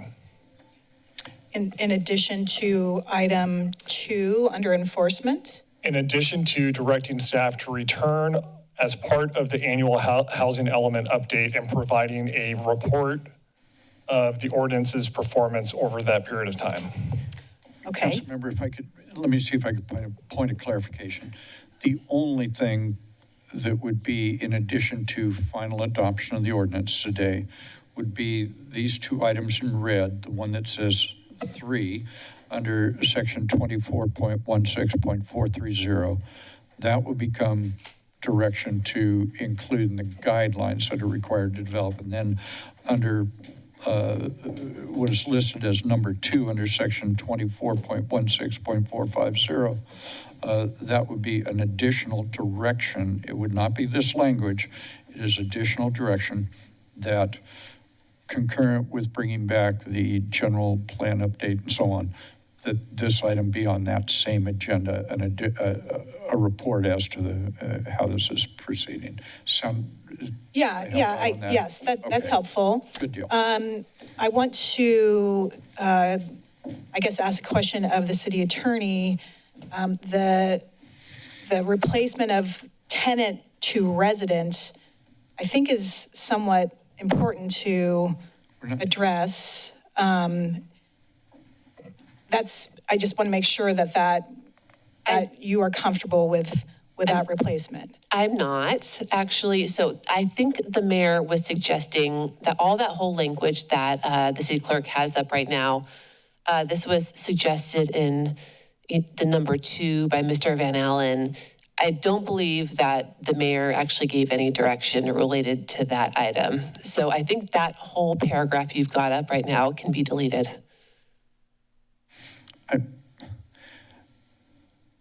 Let me just say, let me try it one more time. The document you're looking at, this document, the only relevant items as I see it, not 1, not 2, number 3 becomes a direction as to the guidelines for local preference when that comes back. The next item is not an issue. The next item is not an issue. The last item on this that's in red, we're dealing with that by saying we'll get a progress report back in the spring. That's the desire here, is to adopt the ordinance, no changes. The only additional changes I'm hoping for would be direction for the local preference to be in the guidelines when those are developed, having the full force and effect of law. And secondly, that the progress report come back. There's nothing else on this page that's relevant. If I may say, the substitution of the word resident for tenant was trying to think logically, because just before that, it says for sale, units for sale or rent, which implied owner. And so I thought resident was a term that would cover both. But I also recognize that the word tenant is used throughout your legal language, and it would be awkward and probably contradictory to try to change it just in this one place. So I'm going to let that go. Thank you, sir. Thank you, Mayor. Yes. In relation to item 3, I'm supportive of that. I think I would like to ask the city attorney to ensure that whatever language we use in the guidelines is consistent with tenant versus resident, and make sure that we are, applying the appropriate terminology. And then I did have a question as to the reading of the ordinance, the second reading of the ordinance specifically. If we were to strike the language, the whereas statement that Ms. Greenside shared, would that trigger another reading of the ordinance? So starting with, whereas existing local preference policies have shown to be effective, ... around the 92% of households, et cetera. That's a really good question. That's not one I've ever been asked before. I'm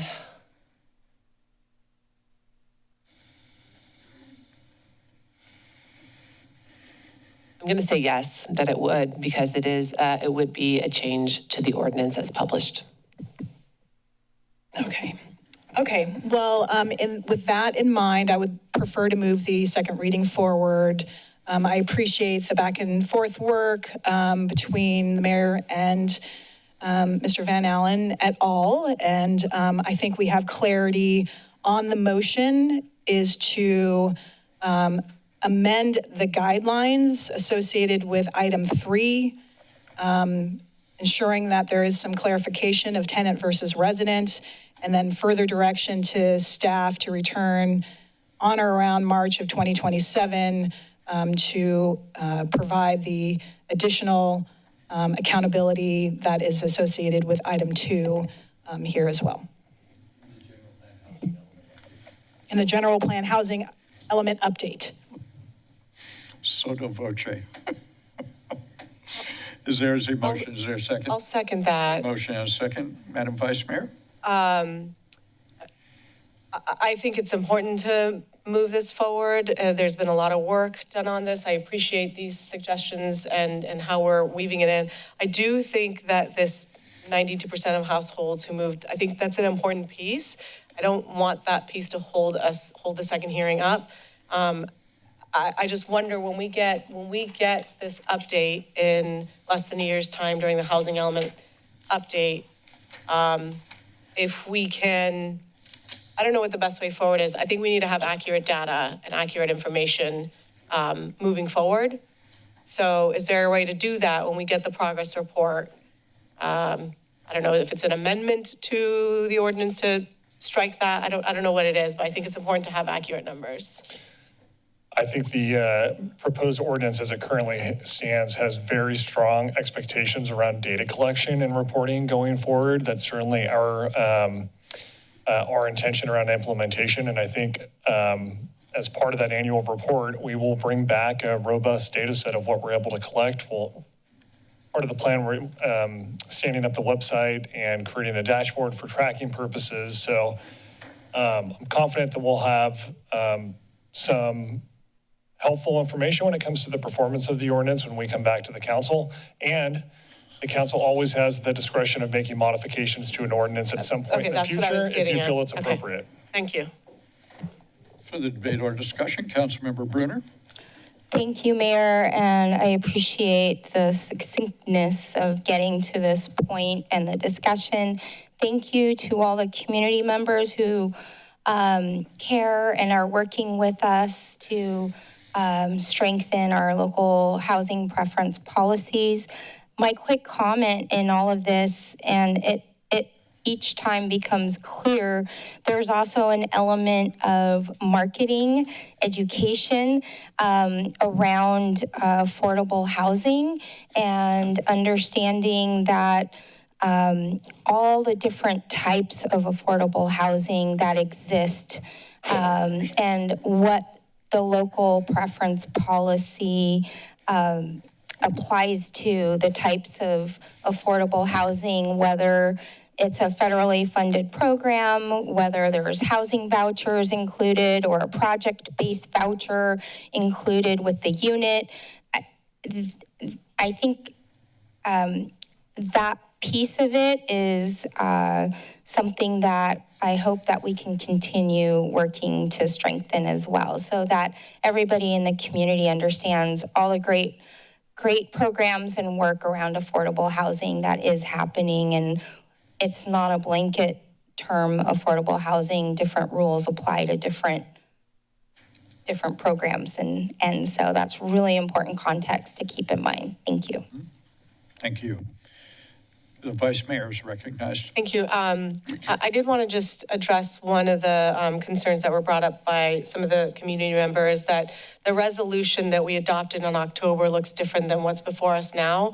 I wasn't one of the council members that worked intimately on this, but that is part of the process. When we bring forward a resolution and we give staff direction, we ask them to go do the legwork and do the research and see what's legal and see what's not legal, what we can actually do, what we can't do. Can we actually implement it, in a way that will be effective in our community?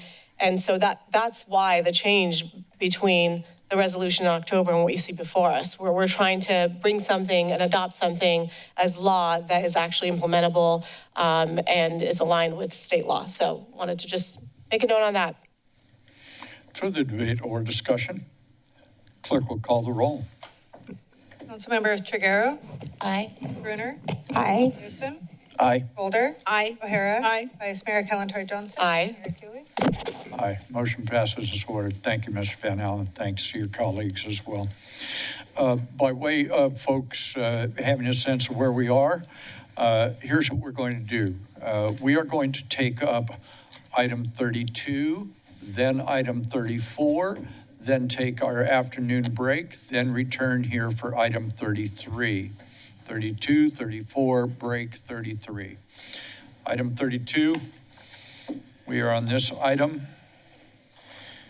This is a 2025 Urban Water Management Plan. We will be taking this up now, and item 34 immediately following. Good afternoon, welcome.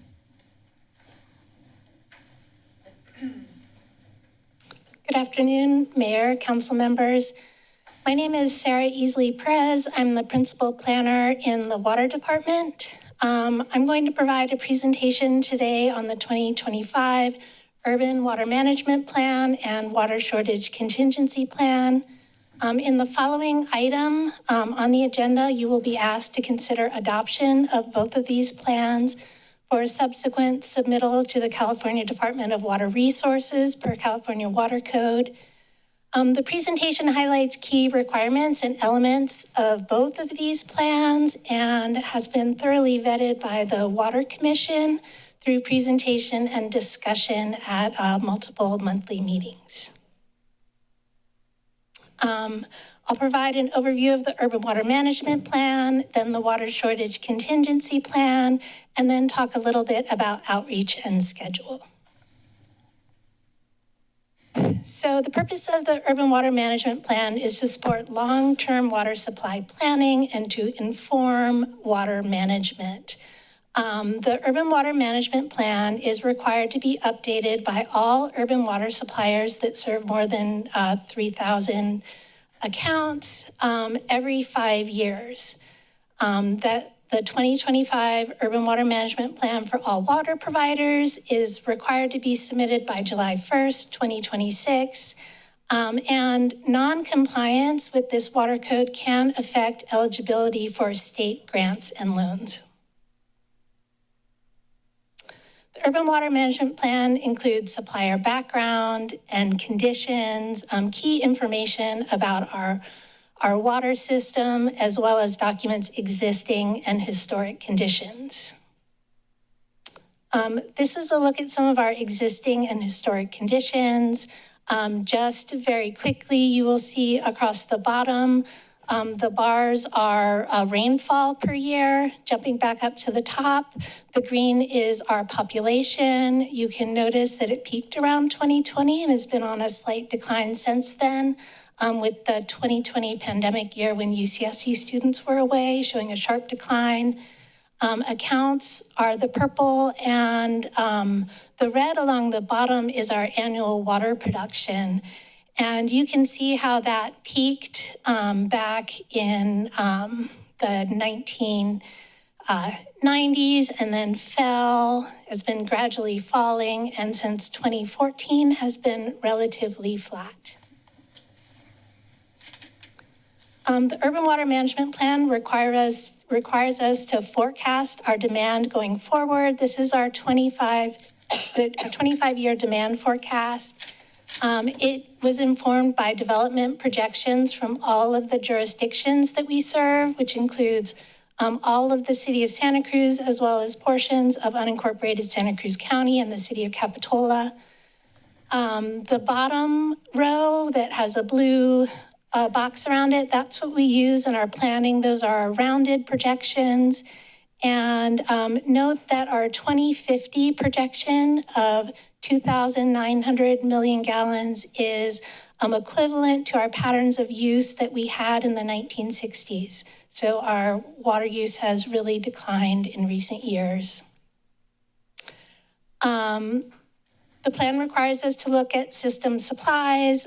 Like other water providers in the county, we are reliant solely on local resources. This map shows those resources that we rely on. They're both surface water and groundwater. And the plan also requires us to look at current and future water supply projects. The Water Department's water supply planning has, since 2014, been guided by document developed by the Water Supply Advisory Committee. They developed our water supply augmentation strategy, which we have been implementing since 2015. In 2020, the council adopted the Securing Our Water Future policy, which provided some additional guidance and details on how that implementation was to move forward, including identifying our climate strategy that we use in water supply planning. And in 2025, we finalized the Water Supply Augmentation Implementation Plan. And that plan in its entirety is included as an appendix to this Urban Water Management Plan. This is a look at the water supply projects that are included in the implementation plan as well as in our capital investment program. It's laid out by years, and we use these as an assumption in our projections going forward, how much supply we have available. I'm not going to go through the individual projects, but they do include both updates to our city facilities as well as collaboration with local regional partners. The Urban Water Management Plan includes 2 reliability analyses, a drought risk assessment and a water service reliability assessment. I'm going to go into the findings of both of these, but I wanted to quickly go through the differences. The drought risk assessment is a 5-year look ahead starting in 2025 if the next 5 years were drought years. It moves forward on an annual time step. It assumes the projects that we saw in the previous slide.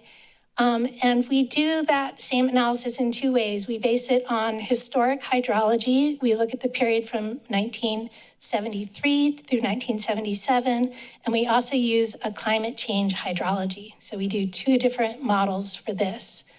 The water supply reliability assessment, it takes a longer view. It picks up where the drought risk assessment left off. So it starts in 2030 and extends through 2050. It's looked at on a 5-year time step. And again, we look at that same suite of projects. This analysis does require that we look at a single normal year, a single dry year, as well as the same 5-year drought that we look at in the drought risk assessment. And again, we do that under historic and climate change hydrology. This is a look at the drought risk assessment using historic hydrology. The y-axis represents production, and the bar shows anticipated production from our different sources. And you can see how the projects roll out over time during that 5-year period. We modeled no shortages using the historic hydrology 5-year dry period. This is the same analysis using the climate change hydrology, and in year 5, we model a 2% shortage in that 5th year of the multi-year drought. So not quite reaching 100%. This is a look at the water service reliability assessment. Now that y-axis has changed to a percent of demand served. So bars up to the top are 100%, and the individual bars are that single dry year, the normal year, and the 5-year drought period.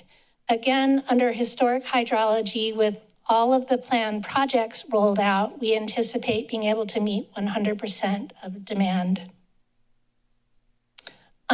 In the climate change hydrology, you will note in the near term, 2030, we still see that minor supply gap in the 5th year of the 5-year drought, but that is relieved when we get to 2035 with full rollout of the planned projects.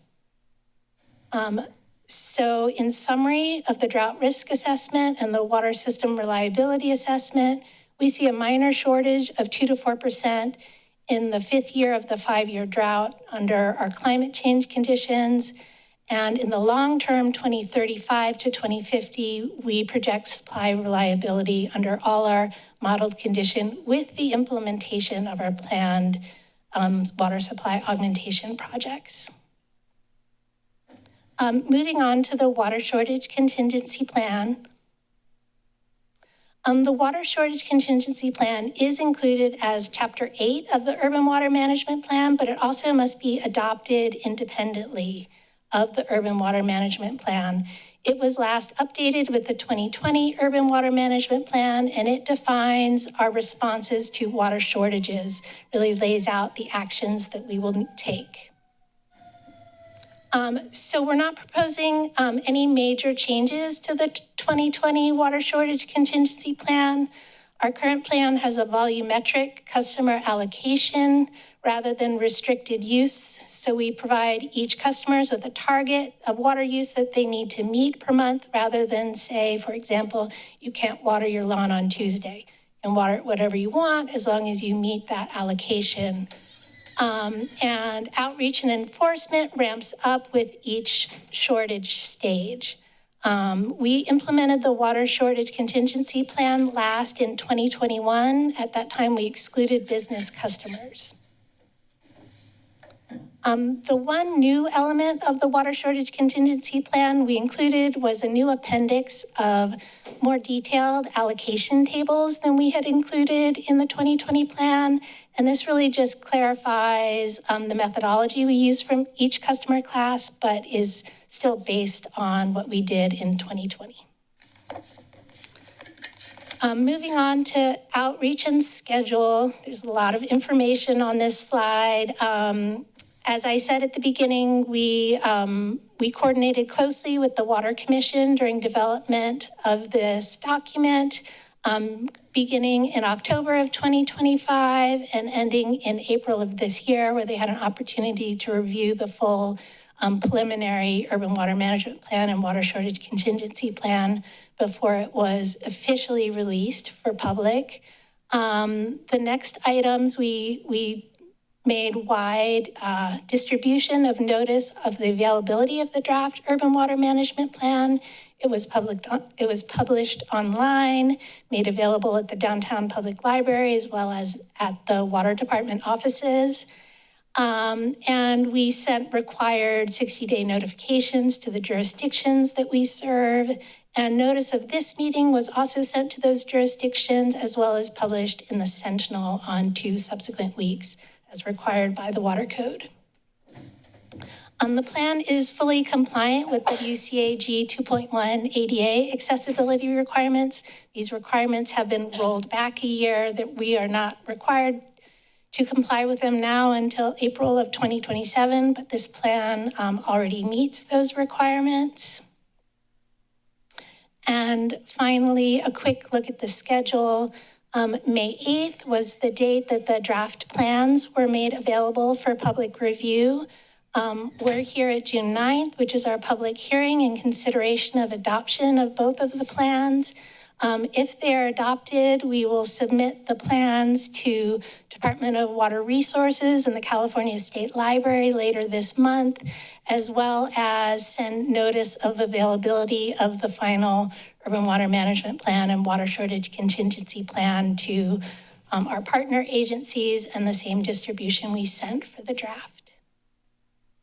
Thank you. Thank you very much. Let me see if there are questions from council members. Questions? Councilmember Golder. I just want to thank you for bringing this forward. And I know it's a huge lift from you and others in your department. And this kind of work often goes kind of unnoticed. You may or may not know, but I had the displeasure of running for council again recently. And through every forum, every door I knocked on, not one person asked me about this really important thing. They take it for granted that when we turn on the water works, and it doesn't happen without a huge lift. So I just want to say thank you to you and your team.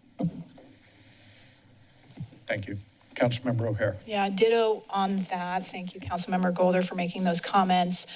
I don't actually have any questions. It's an incredibly thorough report, incredibly thorough PowerPoint presentation.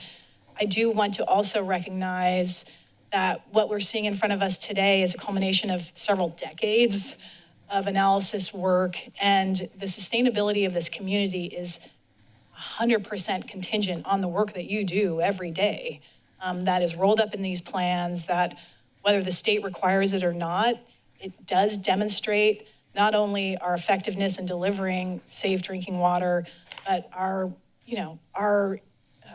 innovative tactics to ensure that this community can thrive into the future. So I appreciate the work. I don't have any questions for the team. That's because of how thorough the work that you put into this is. And I look forward to moving this forward. Thank you. Thank you. Vice Mayor is recognized.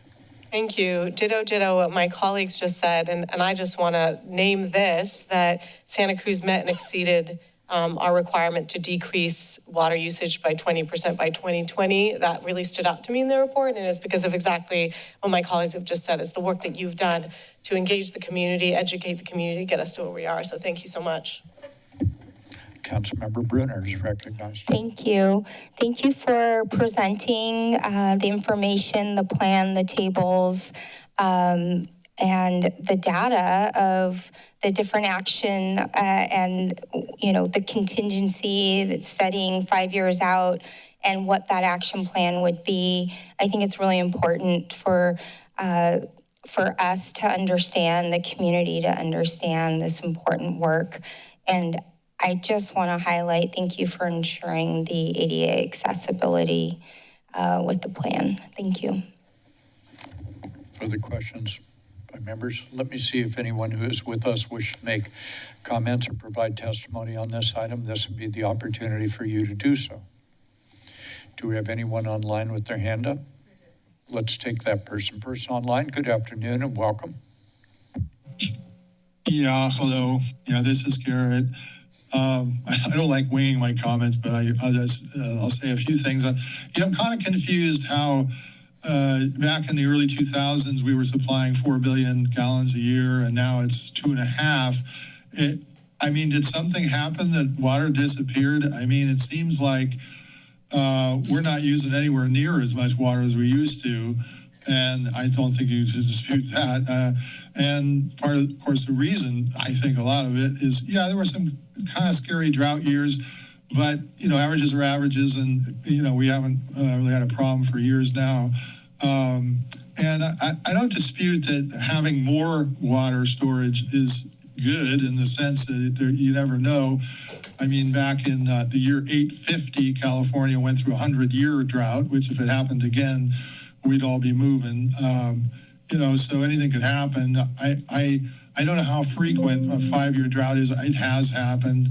It didn't seem like, though, considering how much water was available how much we've conserved, doesn't that alone help a lot? So it kind of seems overkill in some ways. You went through those slides pretty fast. It sure seemed like we were sending a lot of water out of the district, or out of the city anyway. I just wonder if, do you really, it sounds like a good idea to send water out and have it be stored in some other district's aquifers, but if we needed it back, wouldn't they need water too? I don't know. And it is up to them whether they want to send it back or not, at least according to your recent contract negotiations.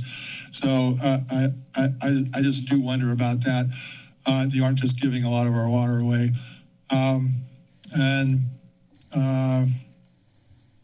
I do recall mentioning to the prior water director some time ago about the $600 million in projects that you're doing with interest and so forth. And I said, what happens if it rains? And she never said anything. And it does seem like it's raining. And I also don't understand about your climate change scenarios. I don't know how you can see the future crystal ball if in that way. It sounds like made up fear mongering. But anyway, that's all I got to say. Bye. Thank you. We have anyone else online? Okay. Last call on testimony on this item. Matters back before the body. Pleasure of the body. Councilmember O'Hara is recognized. Thank you, Mayor. I'd like to move item 32 and am uncertain whether you presented an item 34 as well, or you have not. Okay, I would like to move item 32, please. There is a motion. Is there a second? Councilmember Triguera seconds. Councilmember O'Hara, you may open on your motion. Just a few comments. I've already shared my appreciation. I will say, as Vice Mayor Kalantari Johnson mentioned, our conservation efforts are significant, and that is, there's two sides to that coin. Councilmember Triguera and I are working on a somewhat informal ad hoc committee to work with our water director and kind of follow the track of the Water Commission on our rate study. And with such significant conservation, our question of how much it is going to cost our ratepayers to provide the level of service that we have all become accustomed to, we are going to have to be grappling with that over the next several months. And so, yes, community. 7 or 8 months. Yeah, yeah. Hopefully post your tenure, Mayor. Yes. Hopefully our community is ready for that conversation. I know that Councilmember Triguero and I will be, as well as our Water Commission. And just know that our water departments is legally required to only charge exactly what we provide as service, right? We cannot create reserves for future projects that are not within the level of service that we are required to perform. So it is a very tricky process. And because water consumption has gone down so significantly, it's going to be a more challenging conversation. So I appreciate all the work on this and happy to move this forward. Thank you. Thank you. Others? A couple of quick questions. Whoever you would like to have, Madam Water Director. In reading this, I really like the way we are aligning what we anticipate in our growth in the city, our RENA requirements and so on, which are out of our control, and how, thinking about that over time, our water issues come into play. I'm wondering, there were 2 items I was interested in. That was one. The other one is the work that you and your predecessor did to essentially de-balkanize the water systems throughout Santa Cruz County, and in fact, put them in a place where we are part of a large group of water providers who have decided that we're all doing better together if we sort of inventory how much water is used in our county, which imports no water. What is the best way to meet all of the service demands throughout the county? I thought that work, which took many years, was terribly thoughtful, really good work, and positions us and the other water providers in the county and their customers with a kind of confidence. One of the things I would observe is the notes not played, which is to say, as we are continuing to have development proposals come before us, once in a great while, somebody will say, yeah, but what about the water? That used to be items 1, 2, and 3 prior to a few years ago when all the good work got done. In essence, it's not that the water is not an issue or is off the table. It's that when you go to answer the question, what about the water, there's a real answer about the sufficiency of that because of those. So this is a long-winded way of thanking you, your predecessor, and your staff for all of that good work over the years. That's not a trivial issue as far as I'm concerned. The last comment I'd like to make is, I want to make sure I got this right. Ms. Wood, maybe it's the item, I think it was page 22 on that PowerPoint business. Let's take a quick look. I want to make sure I understand. I think I do, but I'm perfectly capable of not understanding it. Now, the water director is wondering what's on page 22. Let's go one more page. I'm not sure I could see it. What I'm looking for is I'm looking for the one which talks about, we're getting close. There we go, right there. Thank you very much. My reading of this, and I think I'm really happy about this, so you're gonna want to encourage me that I'm right about this. If we get to a place where we're, in effect, rationing water, there's a requirement to do that. Let me make sure I understand it, especially in the stages 2 through 5, which I like quite a lot, I think, if I understand how it's done. Everybody gets an allocation. What they do with it is their business. And that's why, if I understand it rightly, that's why, or at least a reason, why the issue of watering your lawn was mentioned. If some family, decides that's their priority and somebody else says, my priority is half-hour showers, that's their business. And our government is not going to get in and become the water police beyond the question of, are you staying within your allocation? Do I have that right? That is correct. I think that's wonderful. Thank you very much. Do we have a motion, a second on this? We're going. Further debate, discussion, clerk will call the roll. Councilmembers Triguero. Aye. Brunner. Aye. Newsom. Aye. Holder. Aye. O'Hara. Aye. Vice Mayor Kalantari Johnson. Aye. Mayor Keeley. Aye. Motion passes and so ordered. We are on item 34. This is adoption of the, we took these up separately, correct? Yes. So we're on 34, adoption of the 2025 Urban Water Master Plan, Management Plan and Water Shortage Contingency Plan. You are up. Okay, so this item would consider adoption of the two plans that we discussed in the presentation, the 2025 Urban Water Management Plan and the Water Shortage Contingency Plan. In other words, you have presented on this item. Correct. Are there questions of staff on this portion, on this item? Seeing here none. Anyone with us in chambers? Do we have anyone online? No. Very good. Matters back before the body. Pleasure of the body. Councilmember Brunner moves agenda adoption. item 34. Councilmember Triguero seconds. Councilmember Brunner, would you care to open on your motion? I said Very good. comments. Thank Further you. debate or discussion? Seeing and hearing none, the clerk will call the roll. Councilmembers Triguero. Aye. Brunner. Aye. Newsom. Aye. Holder. Aye. O'Hara. Aye. Vice Mayor Kalantari Johnson is currently absent. Mayor Keeley. Aye. Motion passes and so ordered.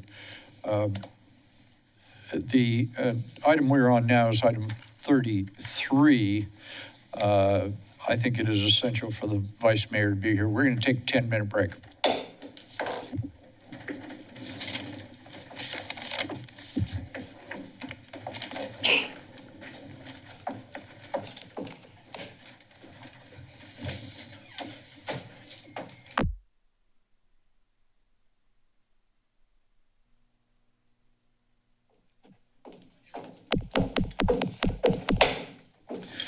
Following our afternoon recess number 2, the council is back in session. A quorum is maintained. We are now on item 33.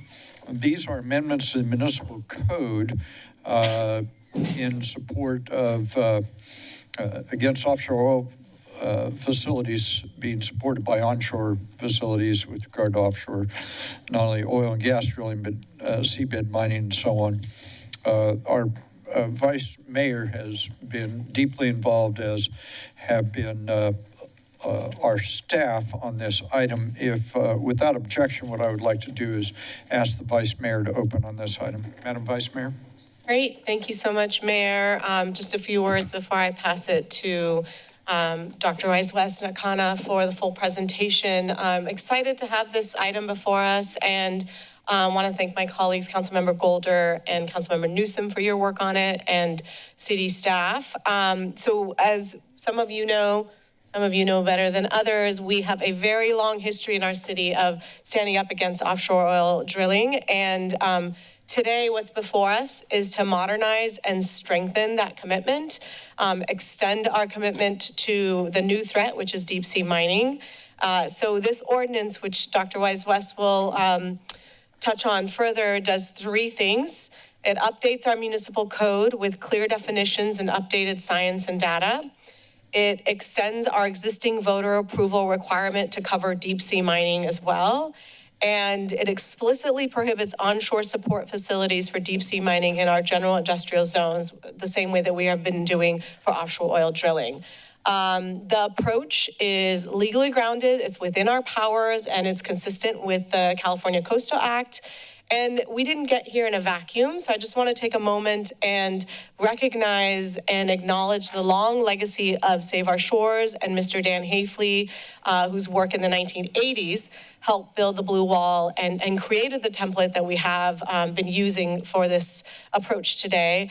I want to acknowledge our very own Mayor Keeley for your decades of work and leadership on this issue at all levels of legislation.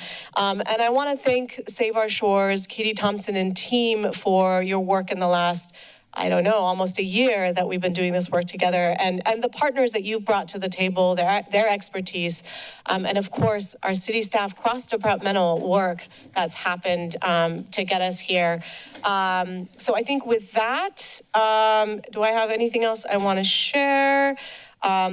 Yeah, so to reflect that full and accurate account of our history, I'd like to make sure that in the final agenda report that will come with the final and second reading of the ordinance, that we have the full background and history about Save Our Shores and Mr. Hafley reflected. So I'll work with staff and provide you with some language. And with that, I'll turn it to Dr. Wise-West for the presentation. Dr. Wise-West, good afternoon. Good afternoon, Mayor and Council members. Tiffany Wise-West, the Sustainability and Resiliency Officer, and with me today, Kana Jayawadna with the Community Development Department. And as the Vice Mayor said, this is a very collaborative effort. So while I am giving the presentation today, we worked with the City Attorney's Office, the Mills Legal Clinic at Stanford, with the Planning Department. I want to acknowledge Will Kelly, who's a management analyst that did a heavy lift, but he's on vacation on the East Coast. Of course, the City Council members, particularly Vice Mayor Kalatari Johnson, and our nonprofit partners that were mentioned. Just want to really acknowledge that collaborative nature of this work. And really the Vice Mayor did kind of talk about the history. Some of this I can really go over quickly because of that, and I thank you for that. As she stated, we are a global leader time and time again. Our local jurisdictions, our advocates have come together to protect our ocean, and that, the importance of the ocean to our way of life, to our economy, and so forth. Dating back to the late 1800s, offshore oil and gas drilling really started here in California.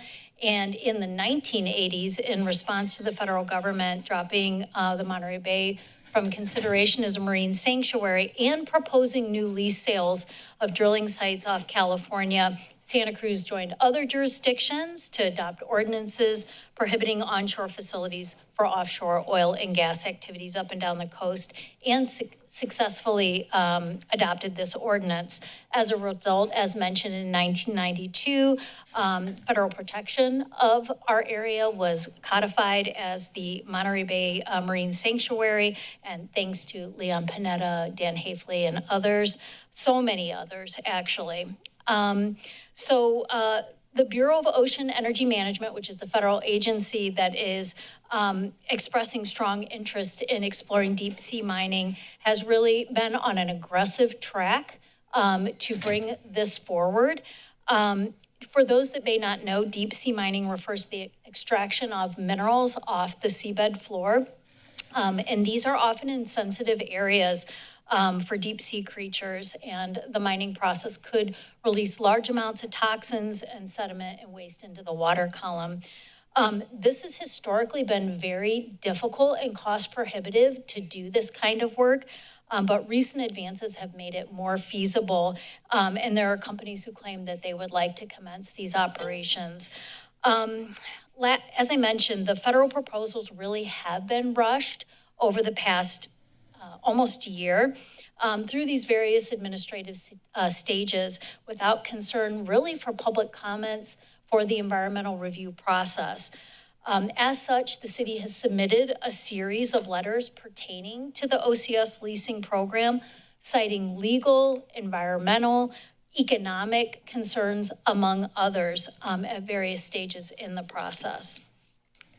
So your council provided direction, and there's been some recent work to enable us to move forward with strengthening our ordinances. Last year, you all committed to partnering with Santa Cruz and other jurisdictions to go forward with that strengthening. We contracted with both Save Our Shores and Mr. Richard Charter to coordinate local policy and advocacy efforts, including reconstituting and participating in the OCS Local Government Coordination Committee.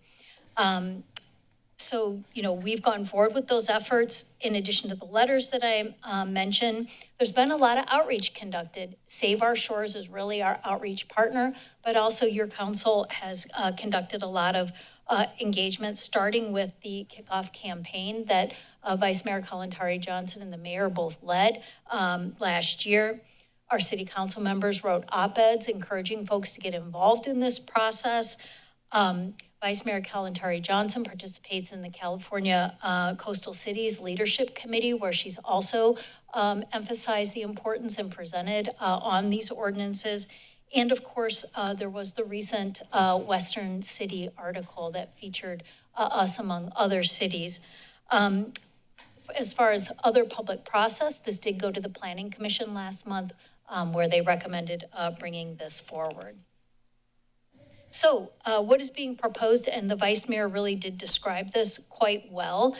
There are three things essentially, and these three things are being proposed in two different chapters, including one of which is the Local Coastal Programs Implementation Program, or impacts the Local Coastal Program Implementation Program. First, amendments to Chapter 24.06 add procedural changes, findings and definitions to the code.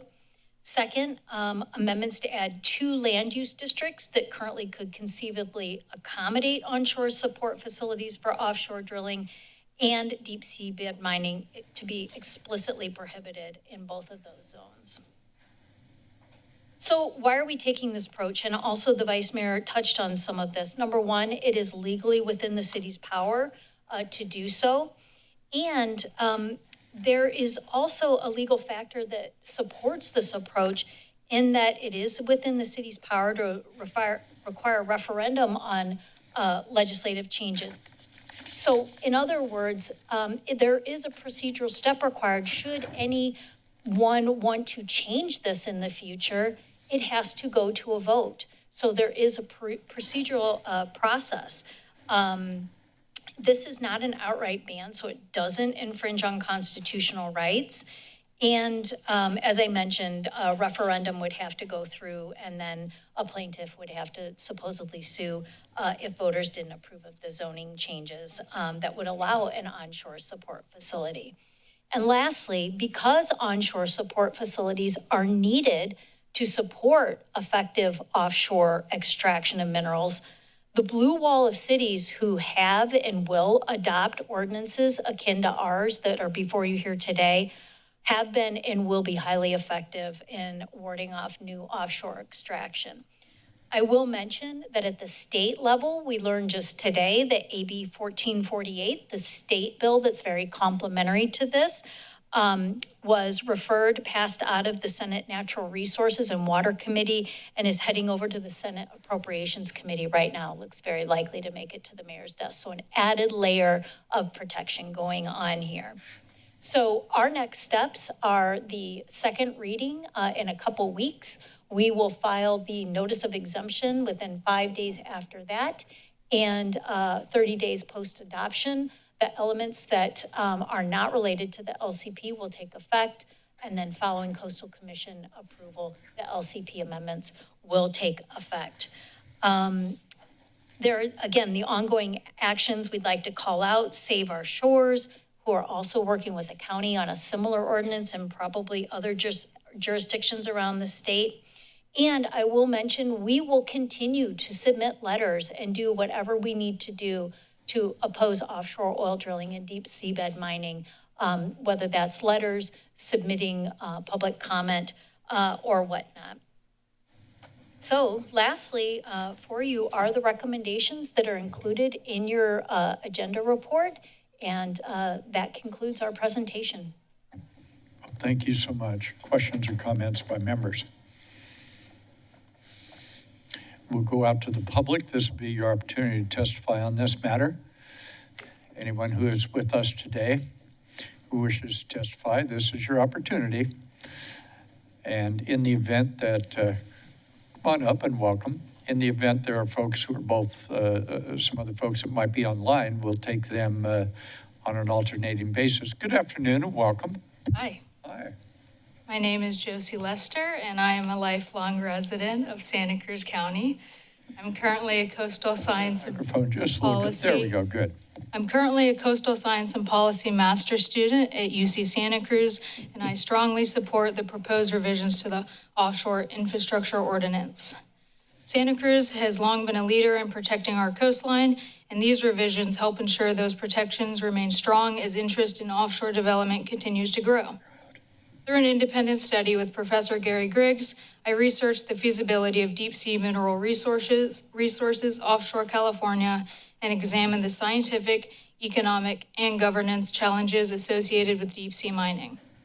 My research found that while limited mineral occurrences exist offshore California, they're not currently realistic mining targets. More broadly, significant uncertainties remain regarding the environmental impacts and long-term viability of deep sea mining. Potential impacts include habitat destruction, sediment plumes, biodiversity loss, toxic pollution, and disruption of poorly understood deep sea ecosystems. Many of these impacts could persist for decades and may be irreversible. My work as a public policy fellow at the Panetta Institute also examined the critical mineral supply chain concerns often cited in support of deep sea mining. Through that work, I explored alternatives such as recycling and circular supply chains that can strengthen resource security while reducing risk to ocean ecosystems. These experiences have reinforced the importance of precautionary, science-based decision-making when considering emerging ocean industries. I encourage you to approve this ordinance and continue protecting Monterey Bay, our coastal communities, and the marine resources that are central to Santa Cruz County's identity and resilience. Thank you for your time and consideration. Well, thank you very much. Let me see, do we have anyone online? Ms. Bush with their hand up? No one with their hand up. Good afternoon and welcome. Thank you. Good afternoon, council members. My name is Katie Thompson. I'm Executive Director of Save Our Shores. First, I want to thank City Council for dedicating the funding to actually carry out this important work, specifically to the Vice Mayor for your leadership and for Council Members Newsom and Golder for their dedication and the countless hours spent by staff working to make sure this was carried out. For decades, Santa Cruz has been a leader in protecting our coast. Our city has long helped set the standard for coastal protection across California. And this ordinance continues that legacy. What is at stake, as we heard, is not abstract. Santa Cruz's identity, economy, public health are deeply tied to a clean and accessible coast. Our beaches, kelp forests, surf breaks, wetlands, and marine wildlife support tourism, recreation, commercial fishing, education, and scientific research. Industrial activities tied to offshore drilling and deep sea mining are fundamentally incompatible with that vision for our coastline.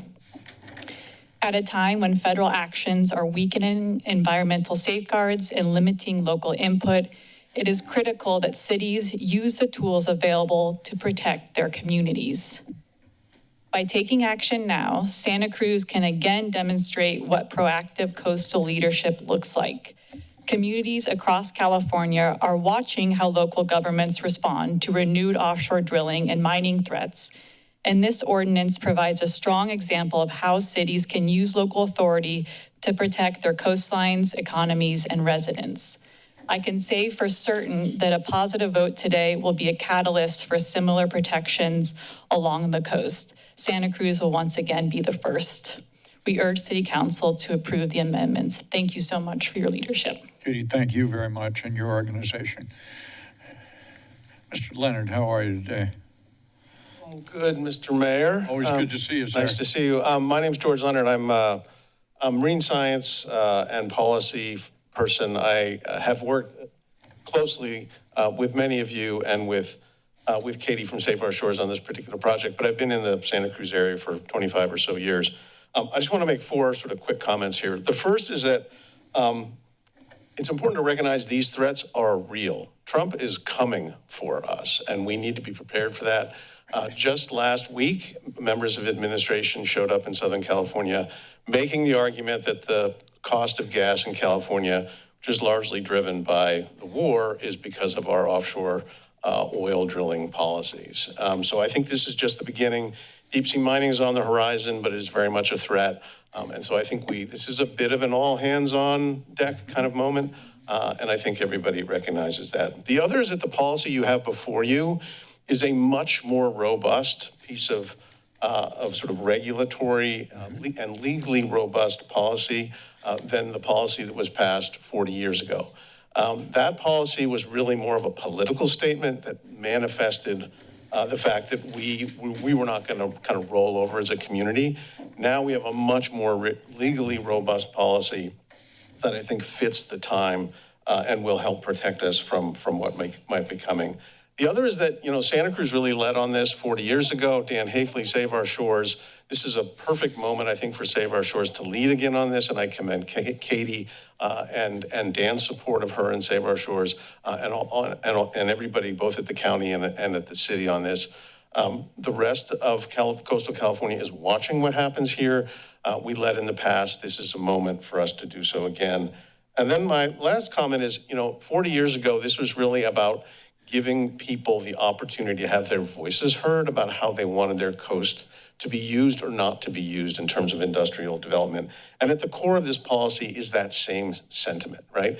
And we are at a moment in which I think our democracy is beginning to crumble around us. I know a lot of us are fighting that, but this is a perfect local opportunity to manifest democracy and everything that I think we want it to be by giving people the opportunity to let their voices be heard in terms of the future of their coast. So obviously, I'm a big fan of the policy. It's been a pleasure to work with all of you, and I hope you approve it.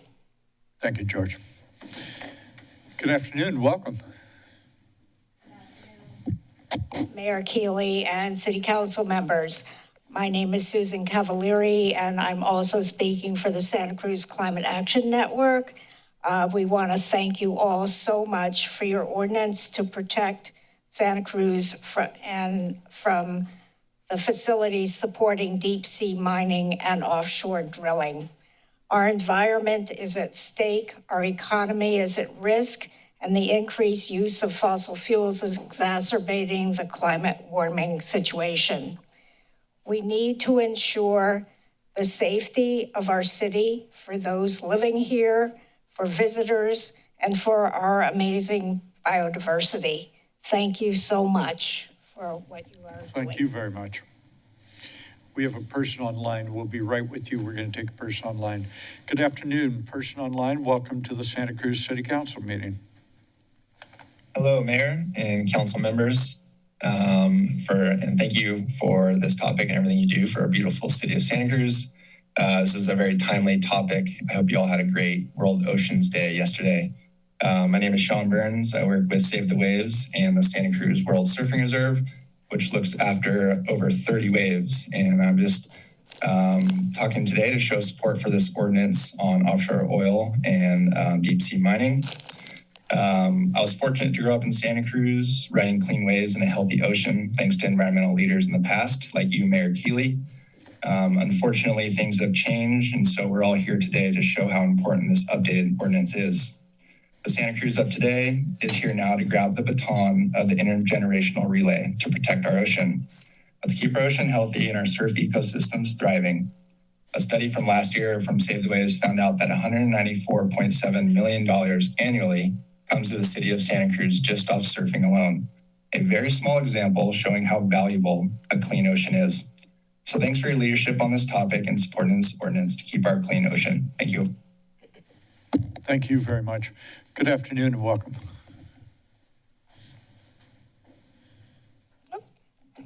Hi, my name is Gwen Benner, and I live in the Upper West Side of Santa Cruz. I'm a Save Our Shores sanctuary steward, but I also serve as a Western Snowy Plover guardian with the California State Parks. As you know, this is a federal and state recognized threatened species. Thank you for closing the loop and the gaping hole that we have in existing policy. Really appreciate it. I know you've heard about the ecological disasters that will happen offshore with deep sea, the oil and the deep sea mining. I know you're also aware of the anticipated negative economic impacts on our tourism and our local economies. But today, I want to talk about the kiddos. Save Our Shores has over 10,000 people that participate in beach cleanups. We have a junior steward program, and we have programs in the schools. These youth obtain a community credit service, and they work with us side by side, but they get hooked, and they have such an amazing sense of awe and respect for our coast. There's nothing like the faces of these youth when I ask them, what is the grossest thing you found today in a cleanup? I can't imagine their response if the answer to that is a oiled bird.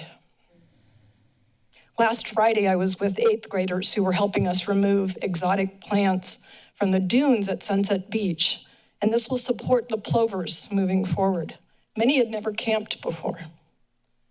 So I can't also imagine saying to them, we can't go to the beach anymore.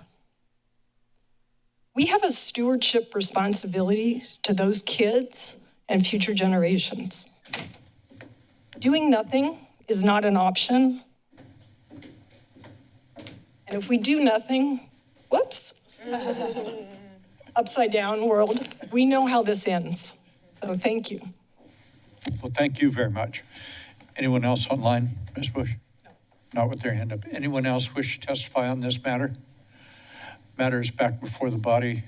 The Vice Mayor is recognized. Thank you, Mayor. I'd like to move the recommendation as written on the agenda report. There is a motion. There is a second by Councilmember Golder. Madam Vice Mayor, you may open on your motion. Thank you.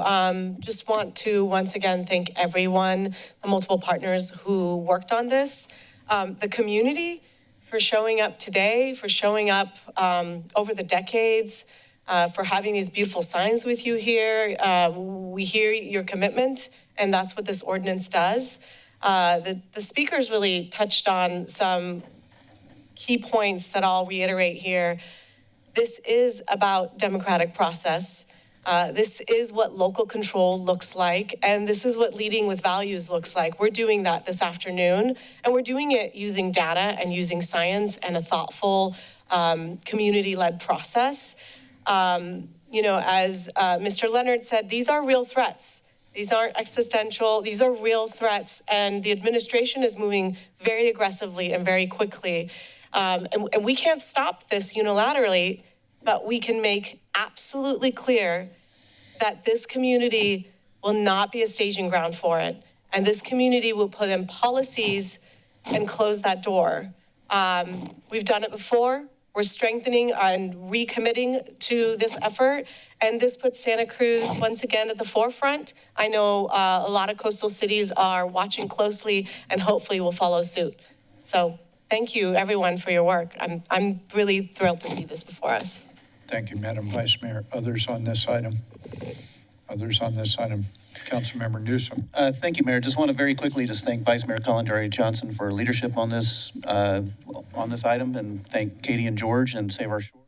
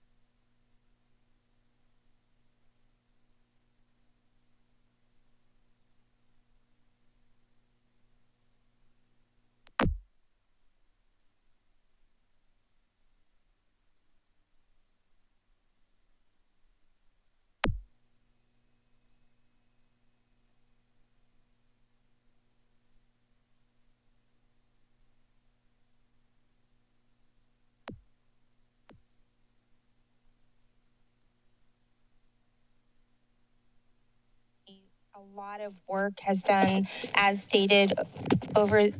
Councilmember, just let me take a second here. I'm not sure it is working. Now it is. All right, thank you. I can turn it up if you want. Well, I don't know about that. Thank you is what I'm trying to say. This strengthens, everything we had to really incorporate even the meaning of facilities and definitions and really being explicit in what we will not accept. And I just also would like to thank Vice Mayor Kalantari Johnson for being our representative at a state level and participating in a state level discussions and meetings, and to our staff who really just has put in a lot of work to make sure that this is really aligned with our values as a city and our environmental protections. So I am very happy to support this. Thank you. Thank you. Councilmember O'Hara. Thank you, Mayor. I want to echo my colleagues' appreciation and also reflect a little bit on the community that's sitting in the dais or in the chambers here today, and those that might be watching and those that might be involved in this process. As a council member, and I've had an opportunity to not sit on council very long, but watch a lot of councils over the decades, this is challenging work at best. It's nearly impossible work sometimes. And I think sometimes we wonder, like, what is going to be our legacy? We have a lot of community members. Some of them have been named today, that names are synonymous with incredible outcomes in our community. Each of you are part of that. The signs that you are holding up are part of that. This will be a legacy for generations. It has been. And so in addition to your work with children, in addition to the work that each and every one of you has put forward as you sit, within this chambers and at this dais, this will be your legacy. It will, and it's a huge, huge accomplishment. But it does not happen without the incredible support of staff, within the incredible advocacy of the community, and then on the shoulders of the giants who came before. It's okay, Fred. You don't have to look away. You can look towards it. To keep the pressure on, because this community is nearly always in front of these big policy changes, and sometimes that's very scary and it takes a lot of courage.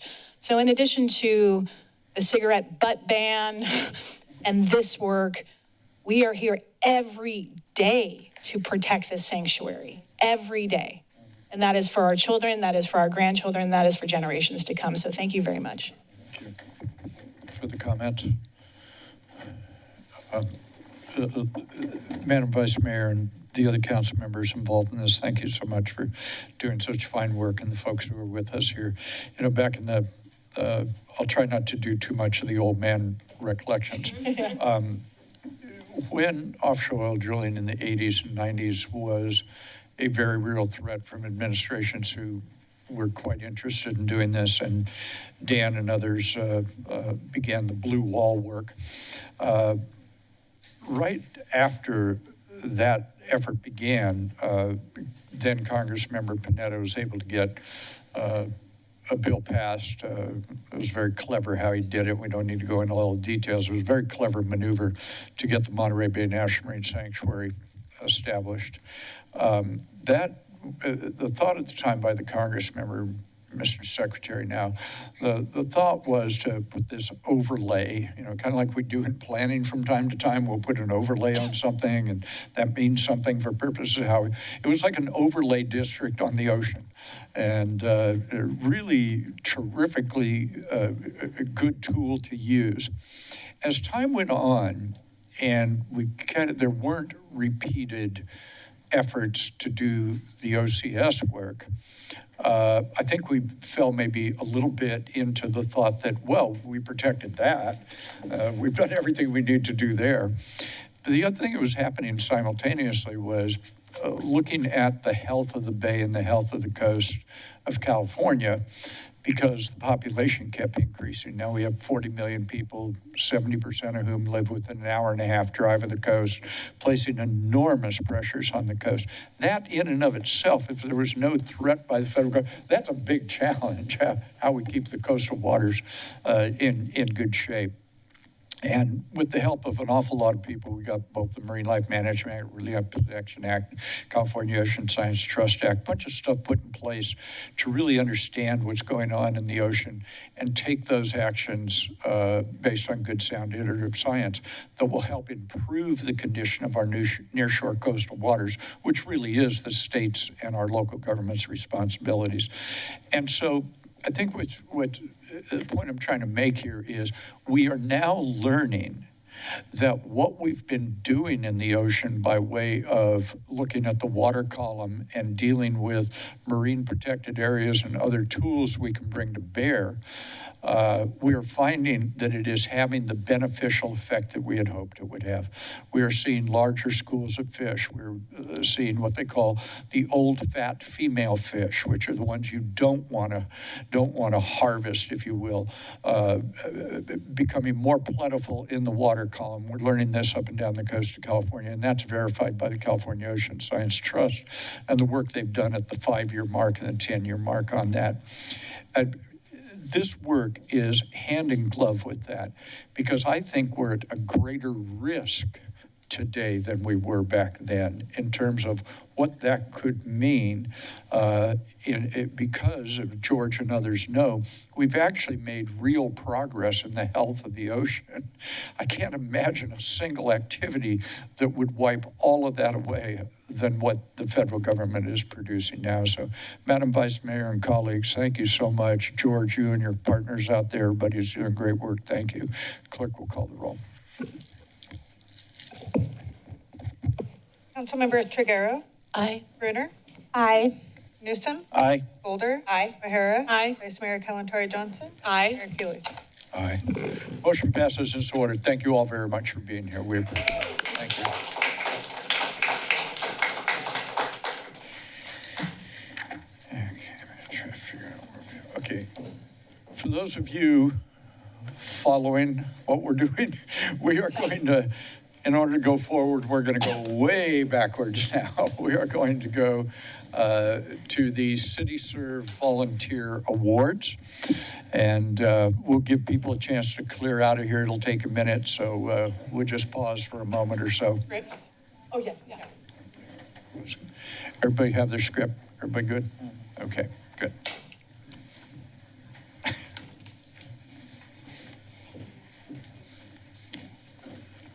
Former student. Oh, how cool. Nice. We are now on item 7. This is City Serve Volunteer Awards. And Johnny, thank you for being here, sir.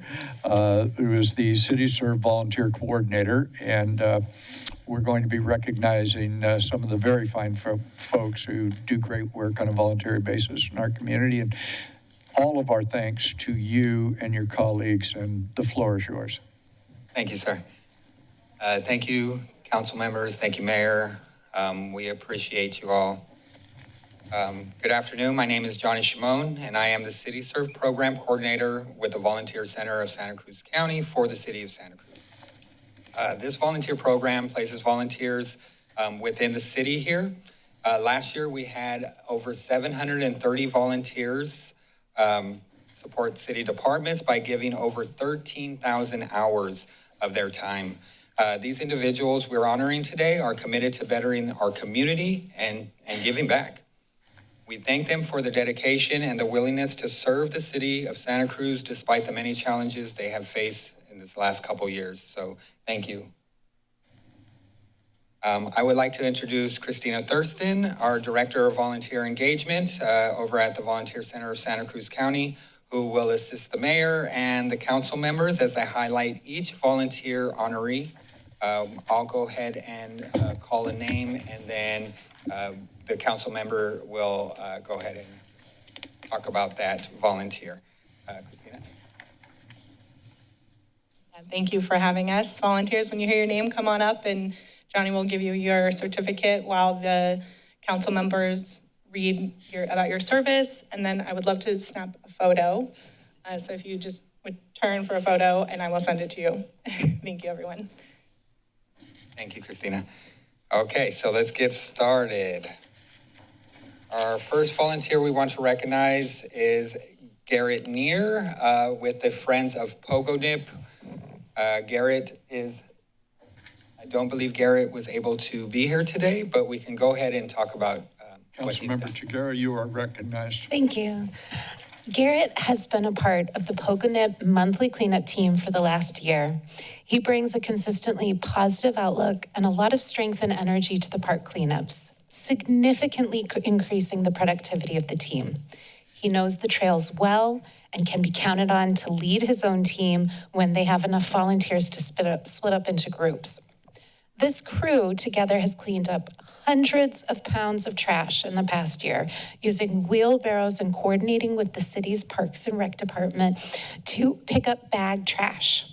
We're really proud of the Parks and Rec volunteer leaders and all of the leaders for their outstanding commitment to keeping our parks and trails clean. So a special thank you to Garrett for his work in this past year. Thank you so much.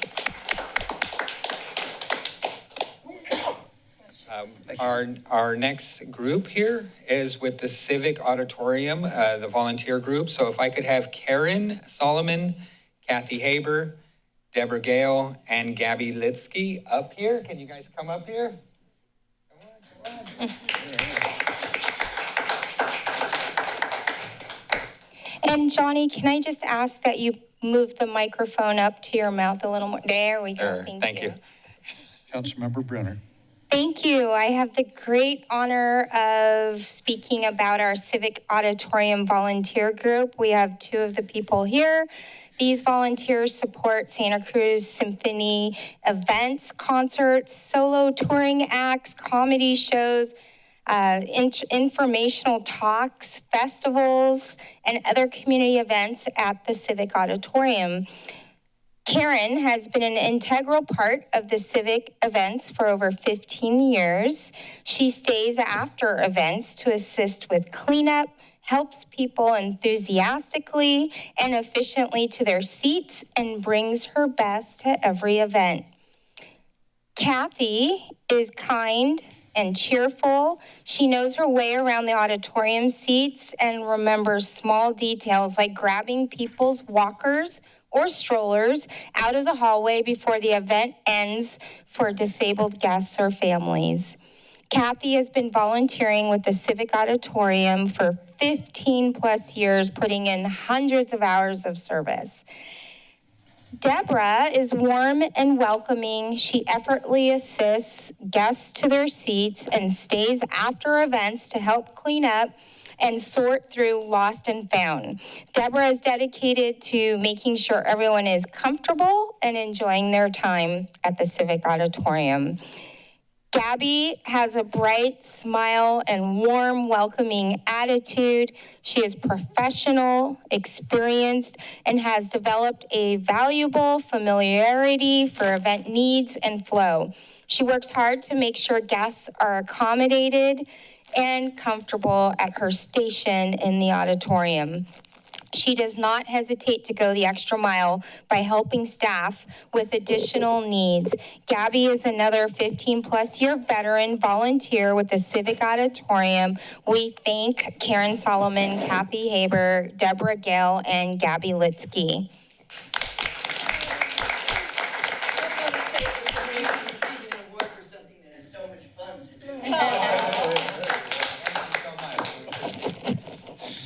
Thank you, and that's just amazing. I mean, they love doing what they're doing, and just always communicating with me, and they just love doing what they do, and being at that Civic Auditorium is just awesome for them, and we love it. Keep doing it, ladies, please. Oh, yes. Wonderful. All right, our next volunteer award.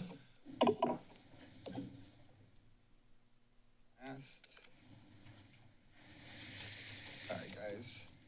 I have our Youth Serve members. So these two volunteers here are with our Youth Serve program, and they have volunteered in several City Serve activities and projects.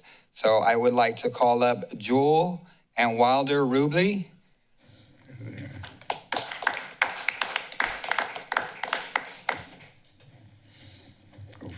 So Jewel and Wilder have been consistent volunteers with City Serve for 3 years. They are positive, motivated, and always in good spirits. Jewel and Wilder frequently lend a hand to their fellow volunteers, making the group projects welcoming to other kids. It is always a joy to have these two amazing youth volunteers to support the environment and habitat restoration and beach cleanup projects. They are interested and inquisitive about tasks and the environment and habits we are working in, and they communicate well with others. These two brothers are a great example for our youth. I would also like to thank their mother, Nicole Rubley, for her continued support of the program and for bringing the boys to every event and even volunteering herself on a few occasions. We appreciate you, and thank you, Jewel and Wilder. Thank you.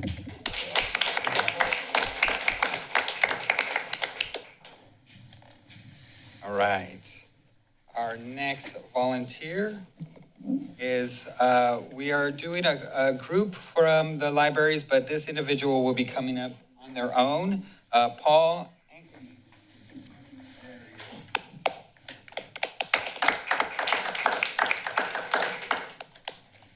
So Paul has been a volunteer with the public library since 2014 when he was only 12 years old. He logged over 900 hours helping with a variety of programs, including Advisory Council of Teens in Aptos and Story Time in Live Oak, and other programs in the Capitola Library.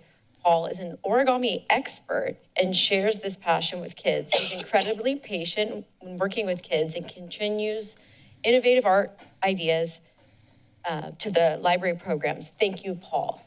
Wow.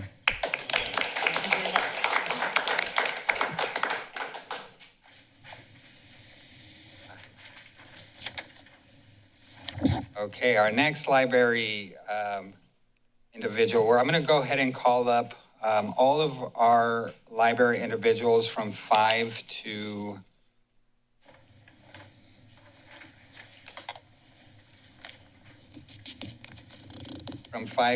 12. There we go. So if we can have Peggy Miles from Live Oak, Ching Brodsky from Live Oak, Nancy Jones from the Capitola, Judy Weaver and Suzette McMillan, Monica Montefiore, Carol Panofsky.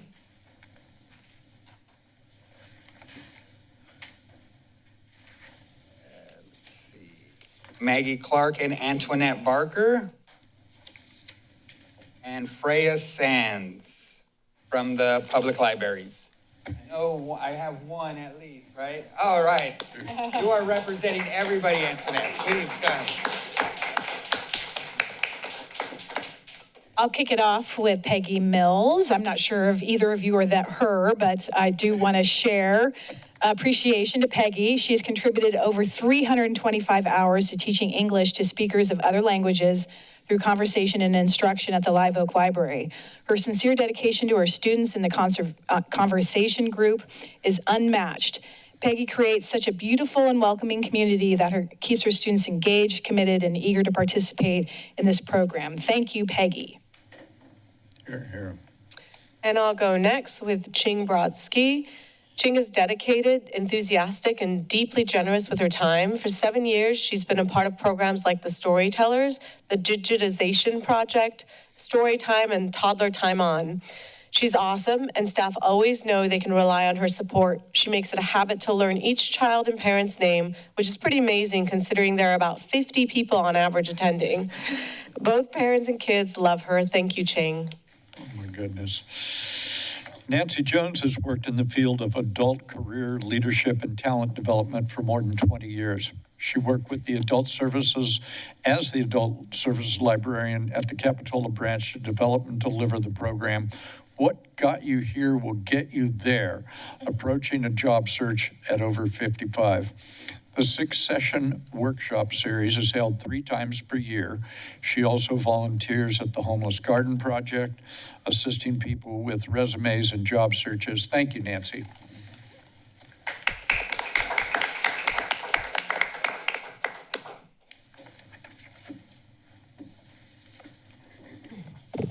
Next, I'll be thanking Judy Weaver and Suzette McMillan from the library's collection management services. Judy has been volunteering for the library so long that we don't remember when she started. She's sorted discarded books and cleans and organized books that can be donated again to other programs. Suzette has been volunteering 15 years and saves the library a lot of money and staff time by giving damaged materials a second life, benefiting both the environment and the community. She is dedicated and can be relied on to be at the library every week. Both Judy and Suzette are great coworkers and friends to everyone at the library. So thank you to the Collections Management Services volunteers. Thank you.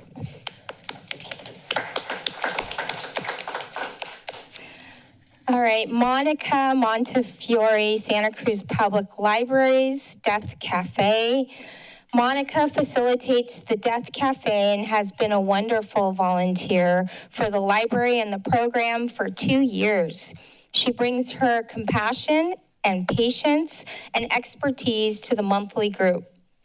She's an awesome facilitator and has just the right touch for keeping the group on track. With her leadership, the Death Cafe has maintained a solid core group of 12 people, in addition to new participants who come each month. Thank you so much, Monica.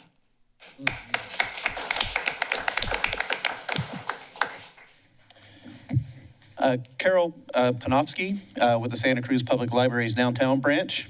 Carol has been booking live classical music at the downtown library for over 15 years with the monthly Munching with Mozart live classical music series, which features local professional musicians who play for free on the 3rd Friday of each month. Her dedication has kept this program going strong and transforms the library meeting room into a concert hall to accommodate 75 people who come to hear classical music each month.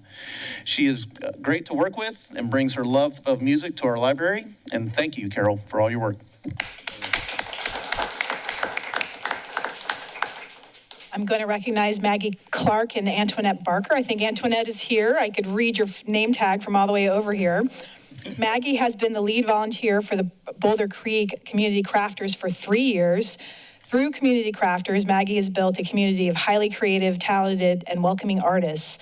Her dedication to bringing people together and sharing knowledge is inspiring. Antoinette volunteers with Make and Explore program. She is adaptable, great with patrons, and contributes ideas as she has an extensive background in fiber and textile arts. Both of these women have an immense impact on the Boulder Creek Library and our community. Thank you so much.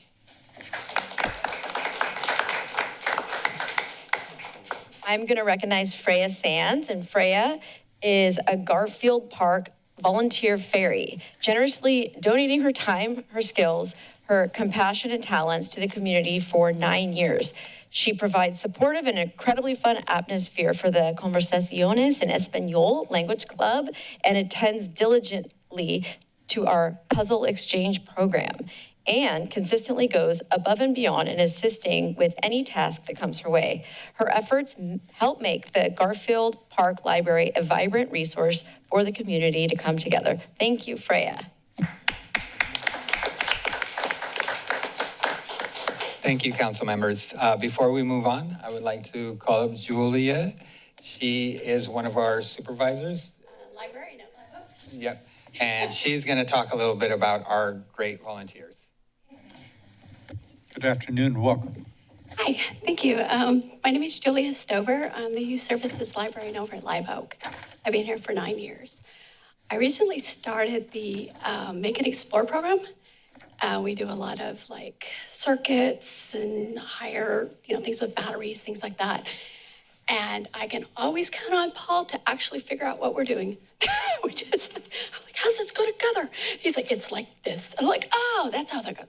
So I always do my demo and then he does his, And mine is to show, like, if you're not so great at it, and this is what it is when Paul does it. So he also can walk in, and I was like, I don't know what I'm doing. And he's like, let's do this. And I'm like, that's great.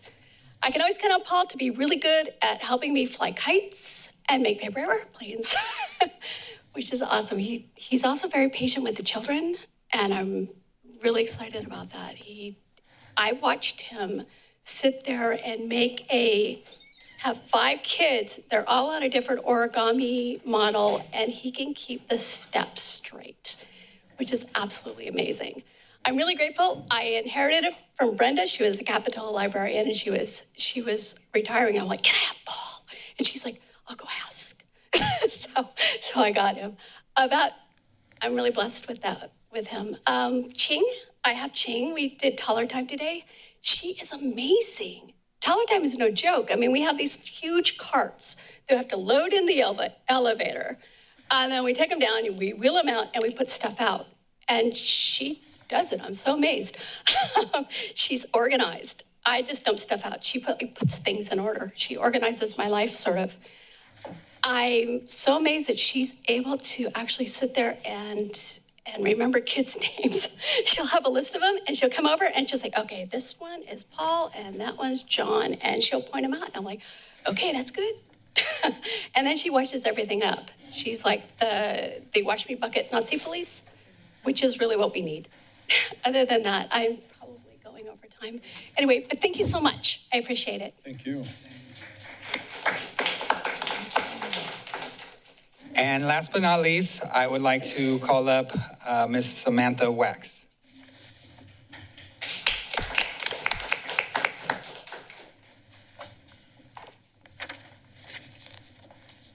All right.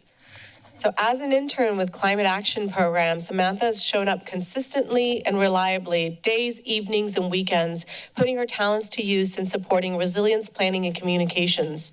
Samantha is a skilled and detail-oriented support player, able to synthesize and organize complex policy and technical information effectively, and present these topics in an understandable way. Samantha has managed this volunteer internship along with a full course load as a senior in the Environmental Studies undergraduate program at UCSC and another job. She embodies the program's sustainability ethos, biking to and from Capitola, and always mindful of resource savings. She's been a valuable team member for over 8 months and recently transitioned to a part-time employee at the city to continue her work. We're excited that she's continuing with our team through the summer and for what lies ahead for her as she graduates with her bachelor's degree in June. Thank you, Samantha, and congratulations.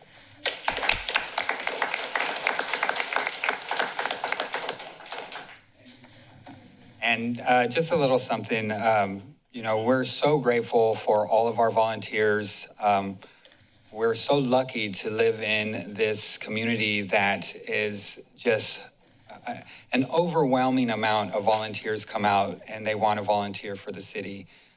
Most of the time, I don't even have enough places for them to go to. So, we're trying to figure out what they can do and how they can help out. But we just have, one of the greatest communities. I am listening to what we are going over before with Save Our Shores, and we're lucky enough to work with Save Our Shores also and do beach cleanups with them. Just an amazing place to live and a place to be. So thank you all, council members. Thank you, Mayor. Christina? Yeah, just thank you to all the council members, as well as just a shout out. I know not all of them are here, but the city administration and the city staff and all of the departments that open their doors to the volunteers to come and work alongside them. We really appreciate it. I think you all know that that 13,000 hours is more than $500,000 in operational support that is given to the city. It is so much more than that, though. It is really the connection of residents to the city, to understanding how government works, to building bridges across the community. So thank you for your continued support, and all the volunteers here today and the 700 plus volunteers out there just behind the scenes doing all the good work. So thank you. Well, thank you very much. Good work.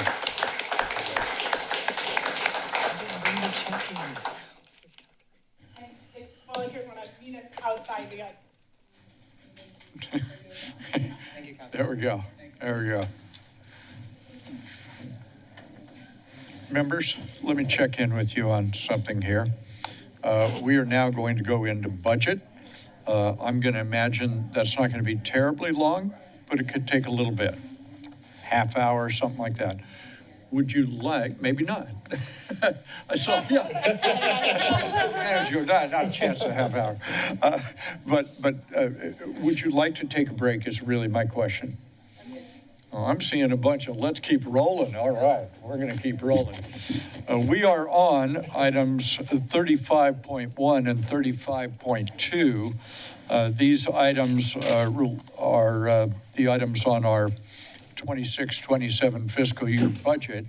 We've had a lot of input on this, and Ms. Cabell is here, Ms. Burton is here, Ms. De Leon is here, our city manager is here, all manner of important other people are sitting with bated breath in our council chambers. Ms. Cabell, good afternoon. Good afternoon. Elizabeth Cabell, Finance Director, and we do have a short presentation. We did the bulk of it, a couple of weeks ago. So tonight, or this afternoon, what we'd like to do is provide updates on the direction and the things that we talked about at the budget hearings a couple of weeks ago. Give you an overview of the changes, things that have happened between proposed and adopted.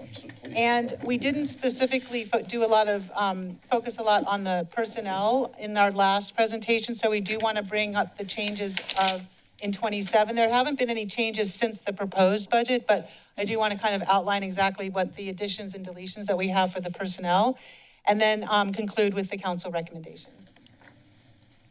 So we received several direction on several things during the presentation on the 26th. First of all, we are committed to coming back to council in September to outline the plan for establishing the Office of Wellbeing. This is currently in progress and planned for the September of 2026.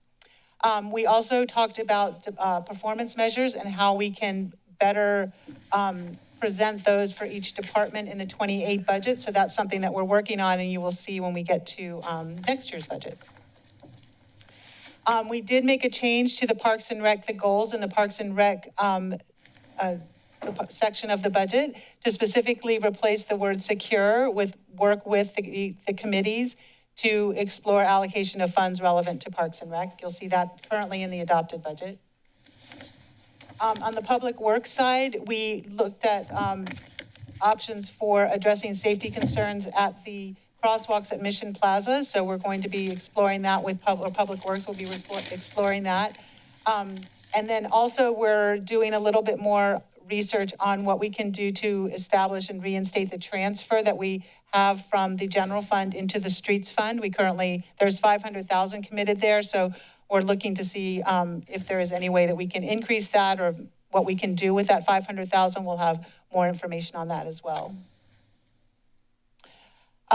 There was also a discussion on waivers for the homeless garden project. So there's an FYI in your packet that outlines exactly what the fees are for that particular project and which ones are recommended or open for fee reduction or fee waivers. And then there were a couple of other things that were sent out by email. So we did provide an update on our investment portfolio, an update on revenue projections that we expect from an increase in gas prices. So specifically what we expect our increase in sales tax revenue to be. We did add a goal to complete the Lighthouse Point study in the 27 budget to the public works goals.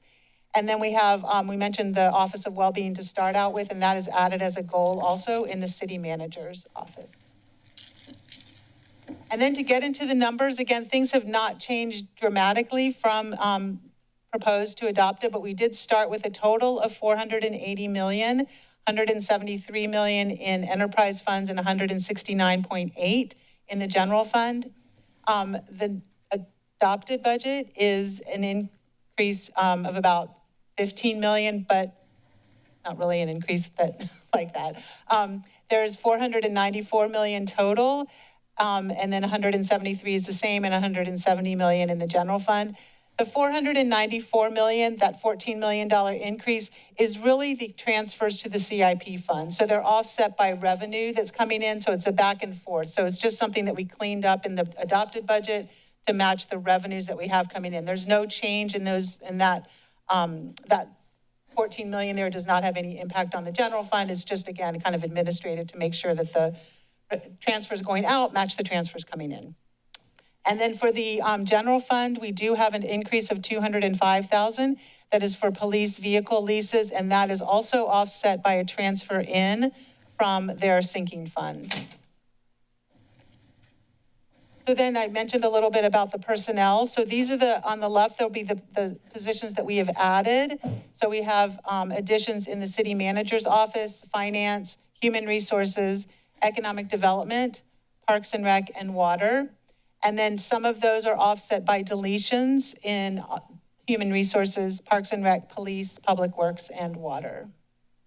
And these come from various funds. Those are not all general fund. They come from different and funded by different funds.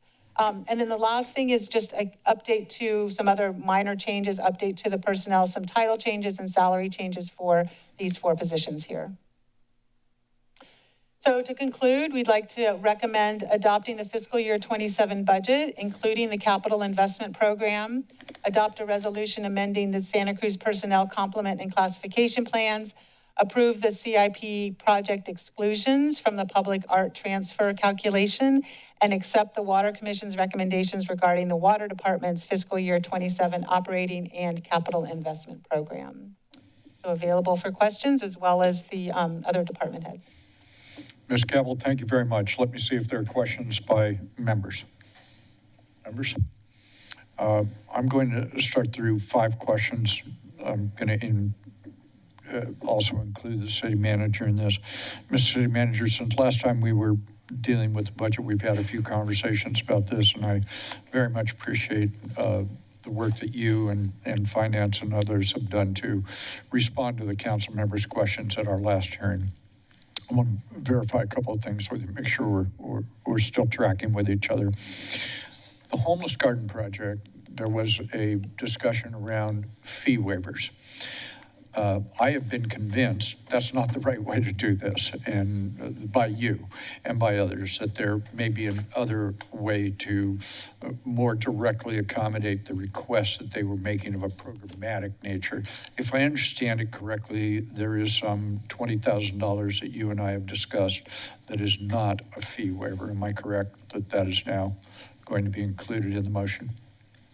That's correct. We think there are sufficient revenues within the community development department within the fiscal year to cover the cost of a portion of the fees that we outlined in the FYI report to the council. If there was interest amongst the council to do so, we thought it would be most appropriate to have that funding cover the select planning permit and tentative map fees, which total approximately $19,000. Very good. Thank you very much.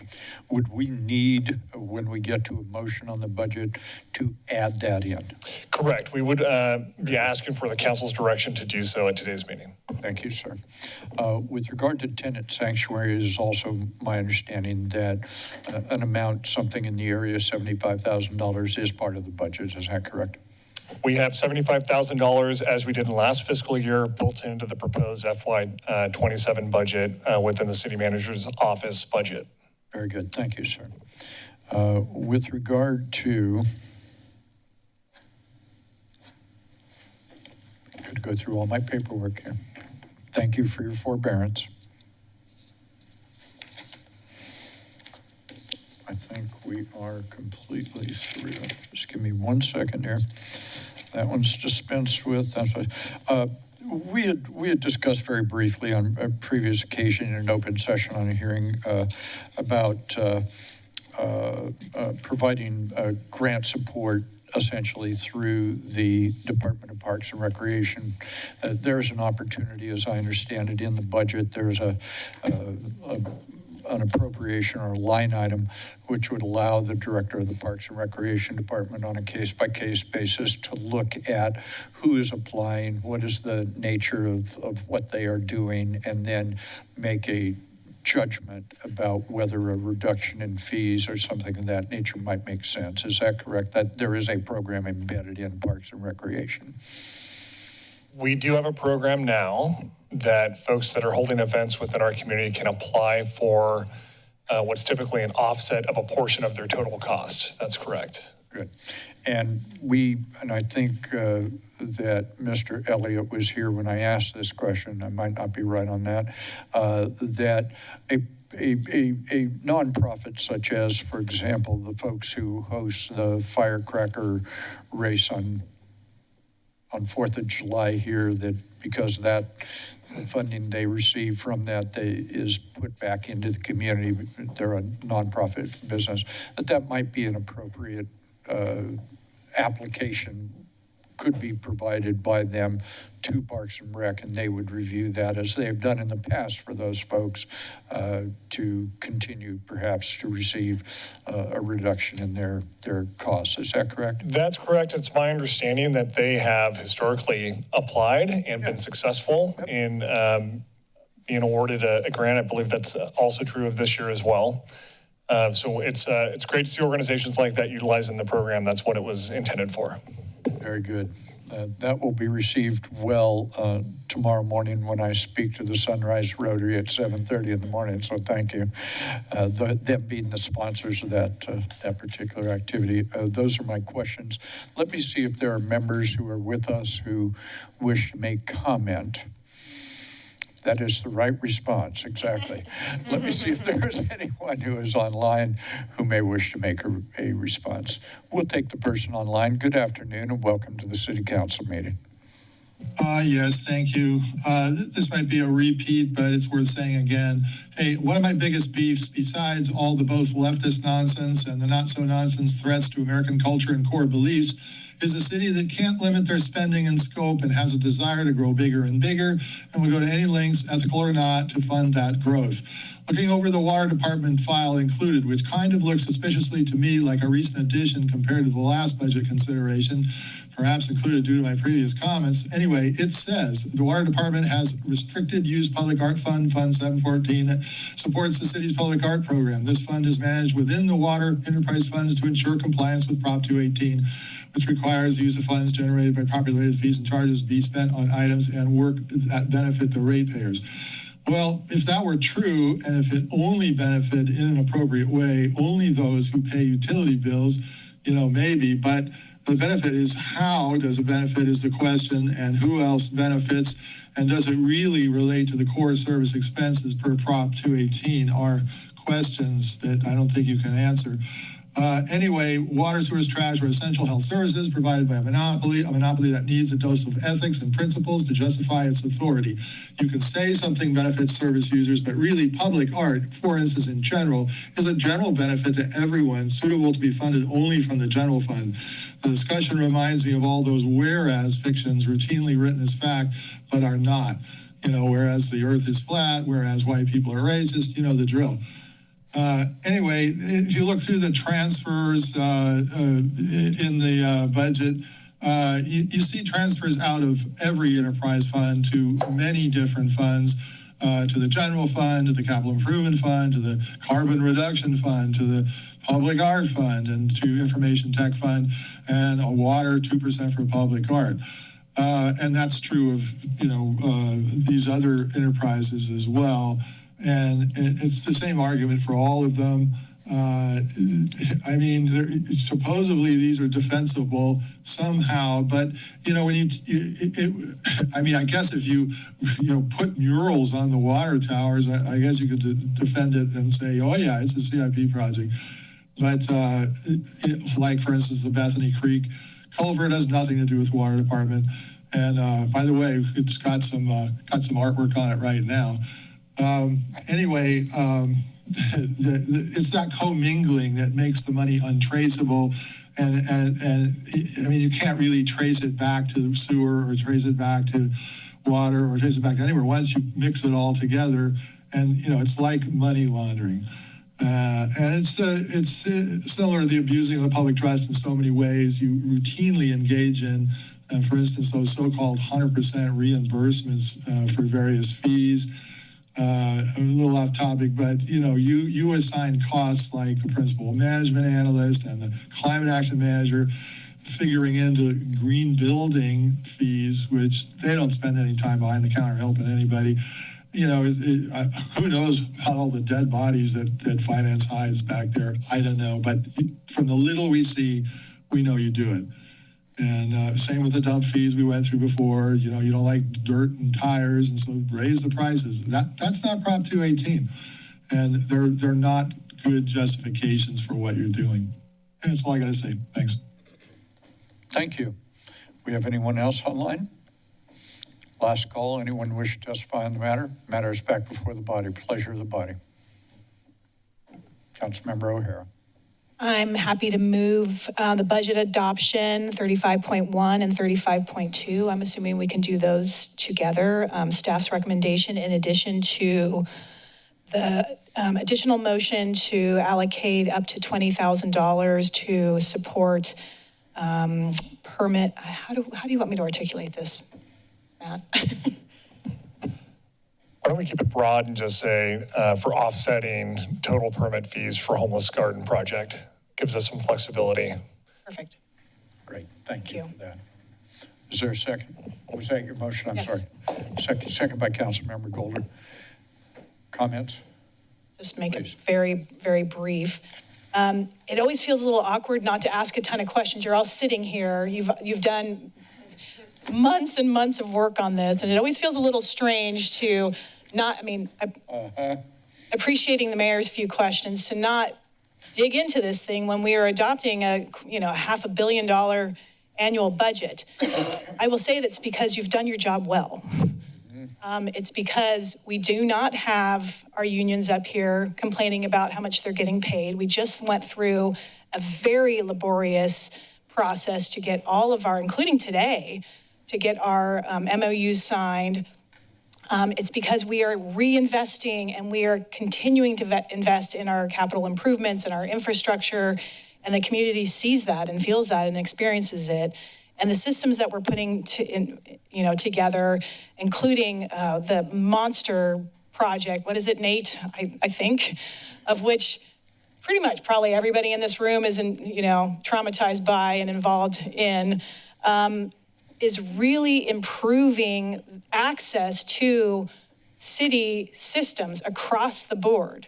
So the reason why we're not asking a ton of questions and drilling down into this is because you're doing your job exceedingly well. The community experiences it, we experience it. So I wanted to share that appreciation and then give you a pass. Maybe we'll get out of here in the next 60 seconds so we can all go home and just say, it's because you've done your job so well. So thank you very much. Thank you very much. Others, Councilmember Brenner. Thank you. Just a quick comment to say that today is the almost the grand finale of months, and we absolutely did ask drill down questions and had budget hearings. And so for anybody who's here with us today, this is the result of all of that work that staff and council and community has inputted on. We want to really make sure this budget is fiscally responsible. That is our role and responsibility for these public funds. And I just want to say thank you for everybody who was involved in getting us to this point. And this really reflects all the departments, all the investment, all the funding for programs. And thank you, Mayor, for asking, your questions. Our public arts and public events programs, our tenant support, those are just a fraction of what all the city invests in, and our infrastructure, our water, our public works, fire, police. We are continuing to invest in that through our budget. And thank you for this work. For the comment. This being my last budget I will vote on, I will take a second. Try not to do more than 60 seconds. Not a chance. I'm going to keep it in 60 seconds. But I'll try to be, I won't even try to be brief. All right. A couple of comments. First of all, my particular form of weirdness is I absolutely love budgets. And I have, in the 50 or so years I've been doing this kind of work. And the reason is because somebody taught me really early about budgeting, and a couple of key points they taught me about. One is, oftentimes, elected officials won't gravitate to it. And it's got its own cycles and rhythms and language and so on, and it's very complicated and complex. The folks on this dais pay attention to it closely. But budgets, it seems to me, we cast hundreds of votes every year. To me, the single most important vote that we cast is on the budget, because it is a statement of our values. I want to be very careful what I just said. I don't mean that cynical thing where you know the price of everything but the value of nothing. This is not about that. It's about statement of values that in a government need to be backed up with expenditures and appropriations. And so regardless of where it's at, whether it's over at housing or public safety or water or parks or wherever, we come together once a year for about a month with the city manager releasing the budget, Ms. Cabell and others, and department heads coming in and talking to us, labor coming in and talking to us. We then fashion this value statement and we adopt it, and it's something that I believe the city can, the residents and taxpayers and those who come visit our city and turn out to be taxpayers by paying sales tax or TOT, that they can trust that this budget is a reflection of the values and we mean what we're going to say. What I think that the council before I ever got here, and I suspect this will be true when I leave, and it's certainly true of city management, city administration, and our workforce, is that what you do throughout the year to operationalize that budget is the way we then test whether the public feels that those investments of $500 million are, number one, the ones they want, and more importantly, getting the results they hoped they would get. And I think it is possible to test that with the voters. And we've tested it twice. We did it once, I believe, in either 23 or 24, and then we did it again last year. And that is to say, what do you think of the bright idea of raising your taxes? And most people say, I'm not sure that's a bright idea. But if what you do is say, it's for this because we've achieved this, and now we want to move forward to achieve this, or these goals and objectives. The voters responded very favorably. They raised their sales tax in the city after having rejected it on a previous occasion, I believe, because they have trust and confidence in this city, in its government, in its governance, and in its government itself. The directions of what we are doing in this city government, I believe, are trending in the right direction.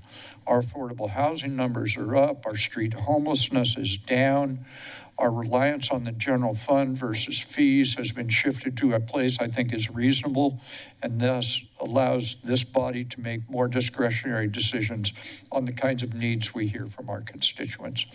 And I think that that's very helpful. Our economic development operation, which in a certain sense is not reflected in the budget, in that we bring in enormous amounts of money into this budget that sometimes is unanticipated revenue because we couldn't book it until we're given a grant or whatever it might be. But when we look at that year over year, the last 3 or 4 years, you see how big that number is. And a note here, that isn't somebody else's money. We're getting our money back into Santa Cruz. You know, we go and apply for housing or some other grant on water or whatever it might be. It's not like we're saying, hey, people in Fresno, give us your money. This is money we've already paid in state or federal taxes, and we are getting back because we are a really competitive city, and people trust us to, when they grant us money, they're going to get the granting agency will get the benefit of the bargain, and what benefit they want is that the public gets the benefit of the bargain. So I think all around, I look at this little city, having worked in state government and county government, and I say thank you to the folks on the dais, to city administration, to the city employees. This is a trusted city government. And that doesn't happen in 1 minute or one fiscal year. I believe it has happened over a series of fiscal years where the voters of this city believe not every penny, every day on every issue, but writ large, that they believe that the investments make sense, stewarding the funds of this city is done in a responsible way. Thank you, Mr. City Manager. Thank you to my colleagues. Thank you to all of you and to the public employees who do such a great job in our government. The only last thing I would say is, and I know I may have to amend the motion to do this, but two or 3 weeks ago when we were here, I mentioned that we may need an appropriation to find Chief Odie's mustache. What I have subsequently found is that he still hasn't found the damn mustache. Now, Mr. City Manager, do you think we need an appropriation on that?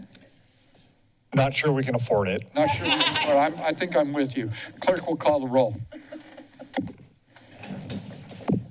Councilmember Triguero. Aye. Bruner. Aye. Newsom. Aye. Golder. Aye. O'Hara. Aye. Vice Mayor Kalantari Johnson. Aye. Mayor Keeley.